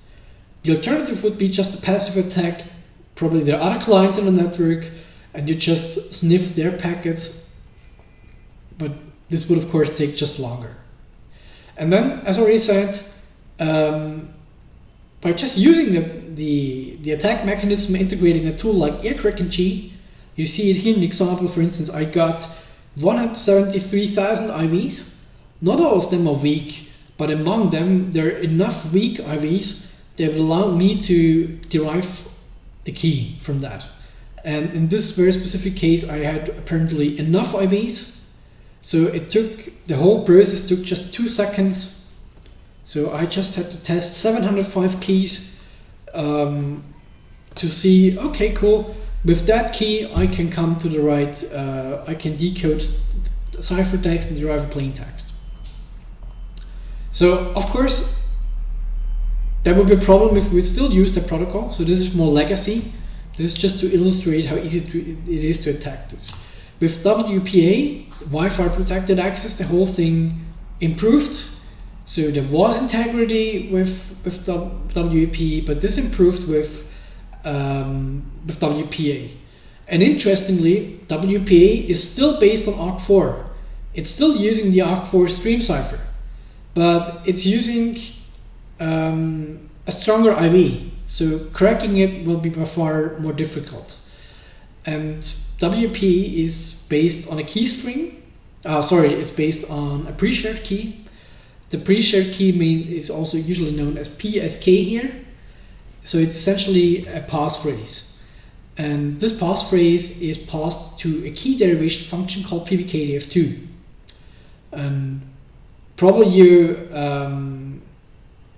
know how this works. Basically, the idea is you use a key as an input, you specify a salt and the length of the keys you want, and then there's a pseudo-random function behind that key derivation function, and the idea is to iterate so many times that it's not possible to disclose the original key or the original password that was used in the very beginning. So the output of such a key derivation, password-based key derivation function, pbkdf, is to give you a key that cannot be reverted. And in the context of handshakes, this would then be used as a pairwise master key in a four-way handshake. So as an attacker, you would just collect these four-way handshakes and then try to get back to that. And yeah, introduced with that was a message integrity check to prevent an attacker from modifying resending packets. This was exactly because with WAP it works exactly that way, that you just replay existing packets and thereby collect traffic. So they want to make this more difficult with WPA, which is why it came with such a flavor. There's a question in the chat: how do you identify these packets are weak? Good question. I think it's because I don't know for sure. I think it's very well written up in the manual of AirCrack-NG. It's if so as already said, these IVs are not uniformly distributed. If this was the case, then cracking was performed more. You would have to collect by far more, but weak would mean the entropy is just too low. They are not well chosen, and you just have 2 to the power of 24 combinations here. If the entropy of them is not high enough, it would potentially be enough to crack such a key.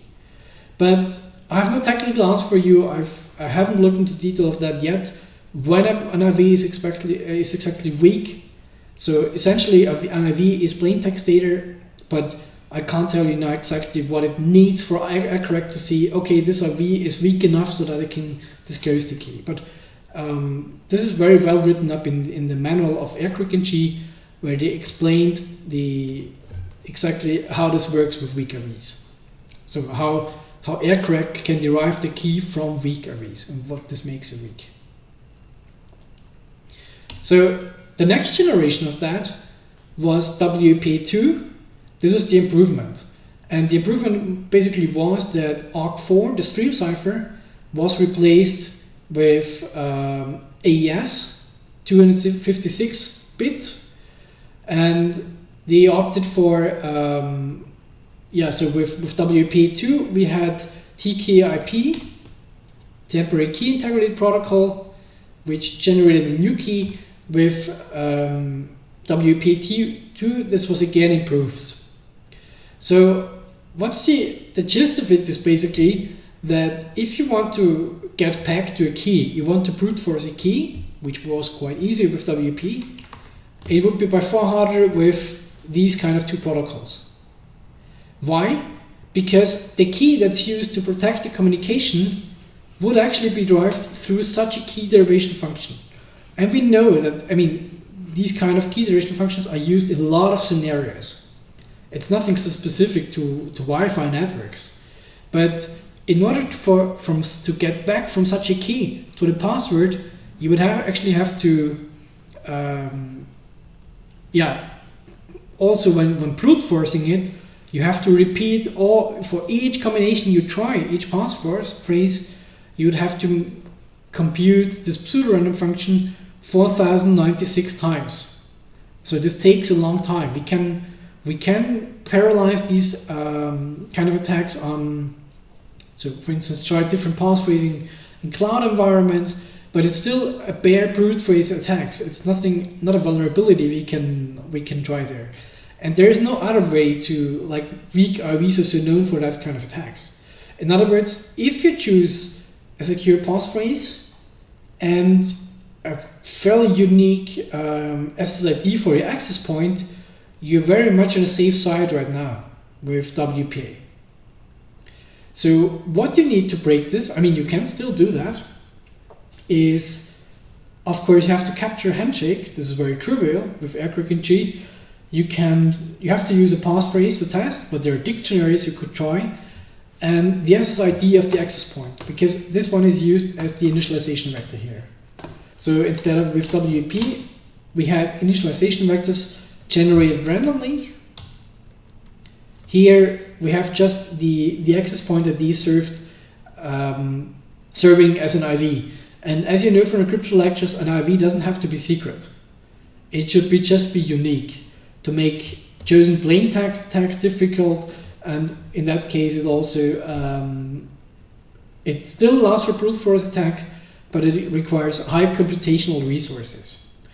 And one way that's, let's say, this is what you usually would do when you try to break this kind of networks, you would probably go for pre-calculated rainbow tables.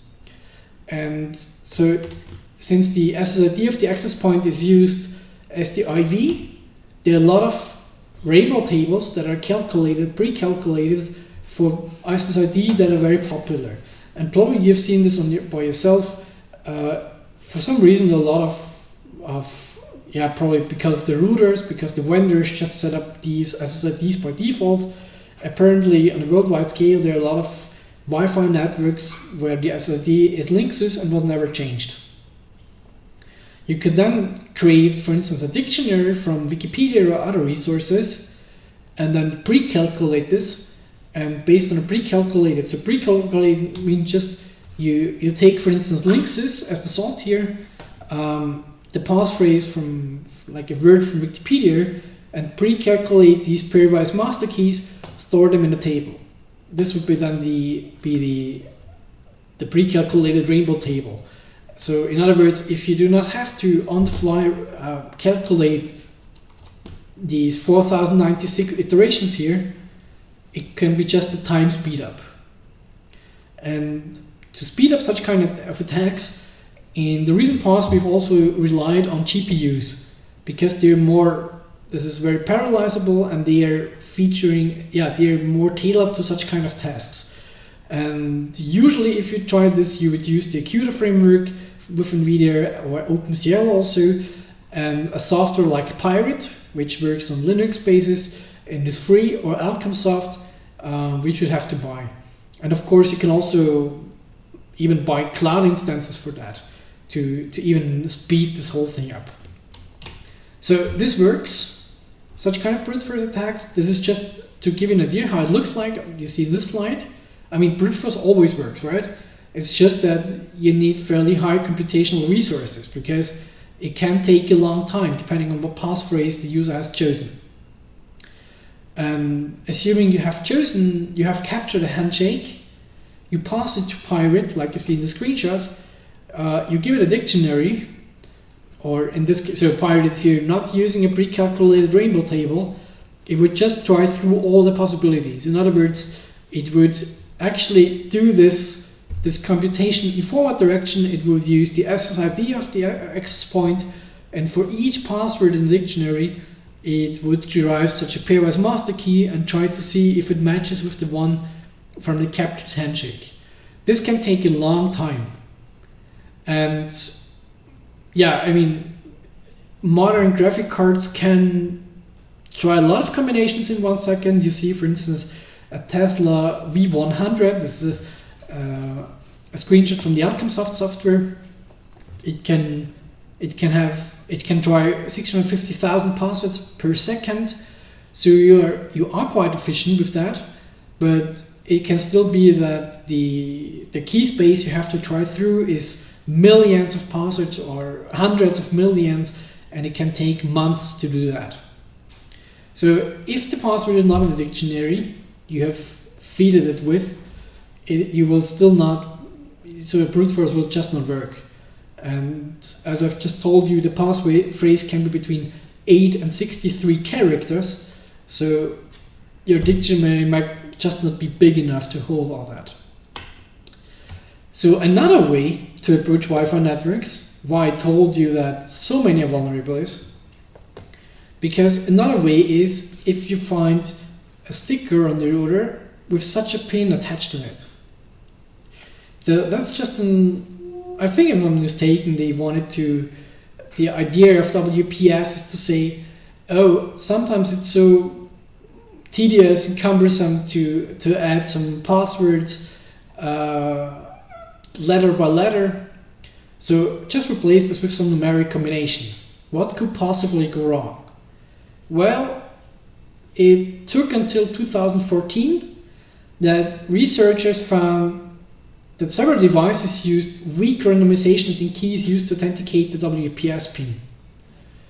So since WPS always relies on a key, basically on an 8 digits pin, the amount of combinations is limited. The last checksum is always, the last digit is always a checksum. So the 2 here would be the checksum. In other words, there would be just 10 to the power of 7 combinations remaining. In other words, to disclose the correct pin, you just need 10 million possible tries. That's cool, because that's by far less than what you potentially would use to brute force the WPA password. But it gets even worse. These pins are validated in 2 halves. So some router, there's a multi-step approach behind when trying these, when entering in the handshake, and the router will already tell you after the first half whether it's true.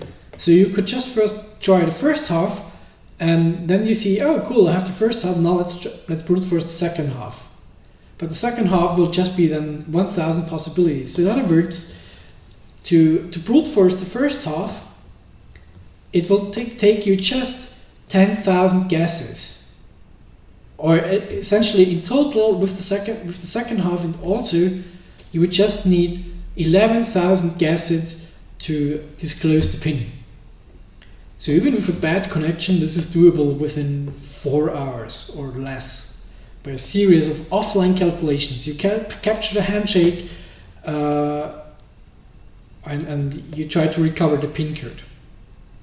So just in case you have no associations with WPS, this is how it looks like in Windows if you're requested to enter this pin.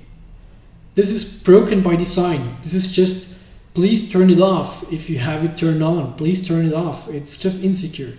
People might just easily get access to your network by trying at most 11,000 guesses. And of course, because attackers are lazy, it didn't take long until a tool came up to achieve that. This tool is called Reaver. There are now meanwhile some forks of that tool which try to optimize a few things. One of them is called Pixie Dust. And usually the only thing so this is also what it shows to you here in this line. You just feed the tool your interface, in this case monitoring 0, the MAC address of the access point, the channel. It tries to associate, in this case for some reason the access point is called A1, and tries through pin. It tries through these pins. And eventually we are lucky, a few thousand seconds, and we can disclose the pin. Of course, meanwhile, a lot of vendors have distributed firmware updates. So it happens that, for instance, if you get a newer device from A1 or Magenta, it might be that it has been provided with a firmware update that limits the amount of tries you have within a certain time frame. So eventually, the router is clever enough, meanwhile, the access point, to say, okay, you have tried 5 pins within 5 seconds. Now let's wait for at least 30 seconds or a minute. So basically, so this is a problem in the protocol, right? This is nothing you can fix. This is, you just have to throw it away and make a WPS2 with a more clever attempt. So the only thing, the only remedy they have come up with is to say, let's slow it down. just limit the amount of choice within a certain time frame. In practice, you will still find access points which are not protected against this. So you only know when, while attacking, it will just tell you maximum amount reach, please try again within a certain range.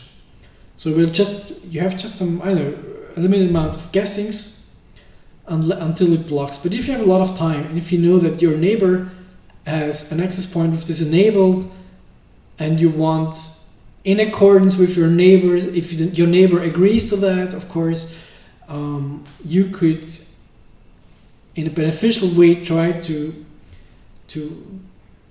see how far you can get in your neighbor's Wi-Fi. Well, what other options are there?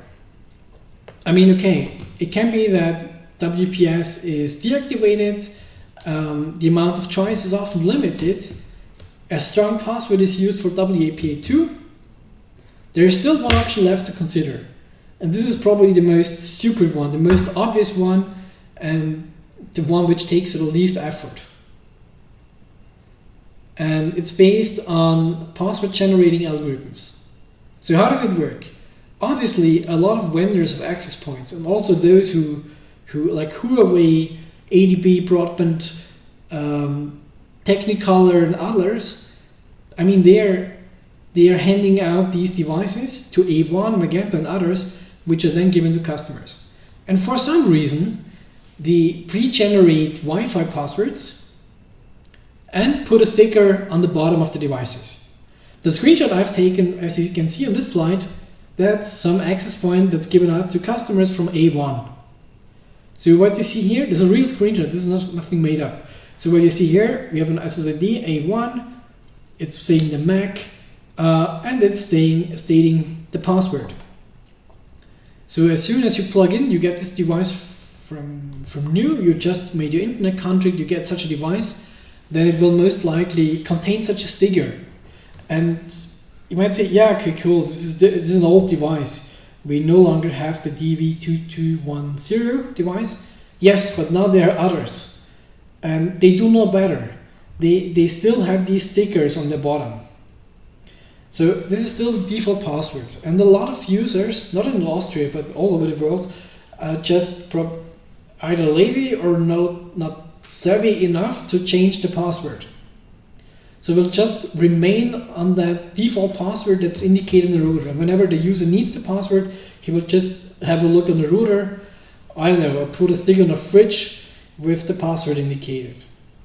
So the problem behind that is that obviously a lot of vendors use algorithms to generate a default password. And even worse, a lot of vendors include these algorithms in the firmware of the devices. Now guess what happens if someone extracts the firmware or gets an update for that firmware, disassembles it, and tries to see how this algorithm works. The answer is you will know how to generate the passphrases the vendors put on their stickers. And this works up to the extent that there are even Android apps that include these kind of algorithms. So, like in this case, for instance, and this is nothing made up, by the way, this is a screenshot I made myself. I have this app right here. I don't know if you can see it. So it says, for instance, Ethereum and Theocrons are not supported because why? There is no algorithm known for that. But it might also be that if I'd walk around here, I'd find a UPC network which actually uses the passwords derived from such a known algorithm. So in other words, the effort is pretty low. You use such an app, and this app is freely available, and it will allow you to generate the passwords used for the access point. So very often we can also identify the vendor, for instance. So this works, for instance, you see here with UPC, for instance, we have different MAC addresses. So how does the app actually know that these networks are vulnerable? By the MAC address. So if we, for instance, add here, we have one network here, for instance, where the MAC address is 808C04.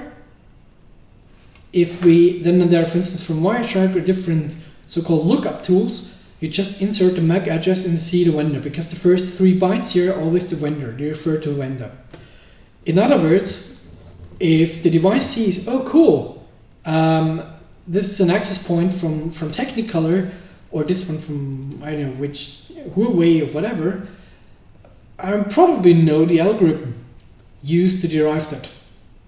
And even more, you see here that the SSID of these networks is UPC something. So usually, or very often, when customers do not even change the SSID, then the password is also the same as the factory password. And now, if you're curious, just look at the Wi-Fi networks you find at home. Probably you have a neighbor with a network, UPC something, some number. Chances are pretty high that the guy didn't change the password. It's still the same on the sticker from behind the box. So if the algorithm is known and included in one of these apps, and this is really to make it can't get any simpler, right? You're standing somewhere out, you go to go Spar, from Infogasse to Spar, get some lunch, you're bored, you're walking through the park, you find the UPC network, and it takes you probably 10 seconds to get the password from that network. Because some app just runs the algorithm for that SSID and tells you the password for that MAC address, and eventually the SSID, and tells you the password. Can't get any simpler than that. So this basically explains why mostly all the networks I've shown you here are eventually vulnerable. But what about the UPC Wi-Fi network? As you can see, it somehow features a different security standard here, right? It's something called WPA2 EAP. Apparently this is something else. And in fact, it's the same standard that Eduroam uses. And so this explains it to you. You have to enter a username and a password to it. And going back to that one, if you have to authenticate not by a pre-shared key, but to be a username password, does this make all the attacks I've just shown you unusable? Well, there's another approach. And the other approach, which works for Eduroam, which works for UPC Wi-Fi, is called Evil Twin attack. You can, for instance, just spawn a fake access point. You could also do that, for instance, to, let's say you're sitting on an airport freeway, as it's called in Graz, or Airport Frankfurt, or whatever, FreeQ Graz Guest, it's an open Wi-Fi. You could just clone this Wi-Fi. In other words, you set up your network card on your phone, on your computer, to spread out such a Wi-Fi network.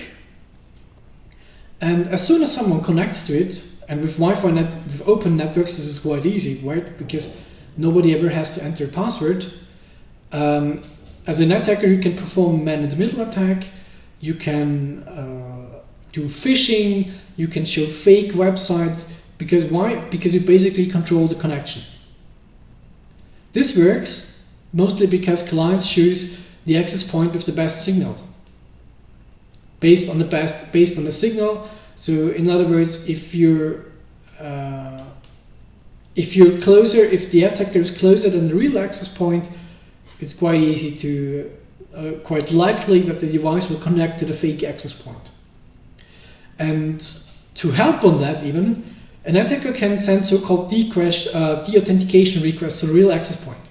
So as an attacker, let's say you can deauthenticate others in the network by sending so-called deauthentication frames. This is a frame that's transmitted even unencrypted. So let's say you're an evil person and you want your neighbor who has his own network. You don't know the password, you don't know anything. You have only just captured, you have sniffed the MAC address of the network interface of your neighbor's PC, and you know the MAC address of the access point. So both of them you can get very easily. It's just one command, aerodump ng, in order to find this out. You would just find out the MAC address of your neighbor, for instance, of his computer. the MAC address of the access point, and then you would fire, for instance, a command called airplay-ng with the parameter dauth. You specify these two MAC addresses here, and you would continuously send out these deauthentication frames. And would essentially just do, it would just kick the client from the network. So that's quite an easy attack, quite easily doable. And it just needs one from access point to client, from client access point, that's it. So you would just float it. And as someone denotes in the chat, yes, this is incredibly easy with a chip like the ESP, which you can get on AliExpress for €2. There is software for that from a guy called Space Sniffer, and this is a fully fledged web interface. You can place this stick everywhere you want to and essentially de-authenticate others. As soon as someone connects to you, you could present, for instance, a fake captive portal and request the victim to enter the real password and only unlock internet if the real password is entered, which you then can just compare with the handshake and you would get the real password. So bottom line, all the networks are vulnerable, which we're using now. But there are some protection tips you could use. And among them, of course, set a real long complex passphrase, because then you make brute force attack really difficult. And since the SSID is bound is within the handshake, also choose your own SSID. This prevents pre-calculated attacks. Use the strongest possible protocol, the strongest possible encryption standards. So use WPA3 if you have a router which supports OpenWRT, then just upgrade and use WPA3 if all the network adapter and the router supports it. And of course disable WPS. So sorry for the overtime. At last, just a quick overview for next week.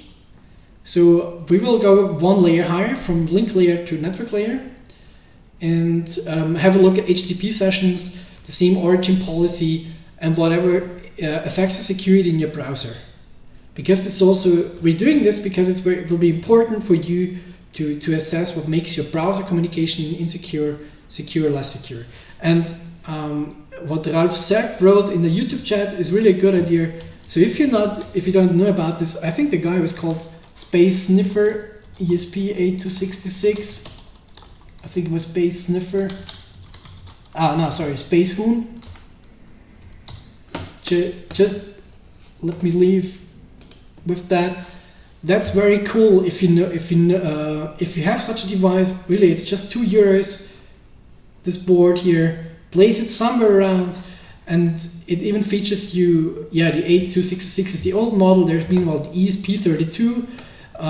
It even supports handshake capturing. You can do a lot, and it's very easy to deploy this. You can place it everywhere you want such a device. So again, this brings us to what I told you initially. The amount of effort an attacker needs for such an attack is so low that basically, let's say, the threat is quite real. But if you didn't know about this, look for it. It's really cool, and this is just €2-3, and you're ready to set such an attack.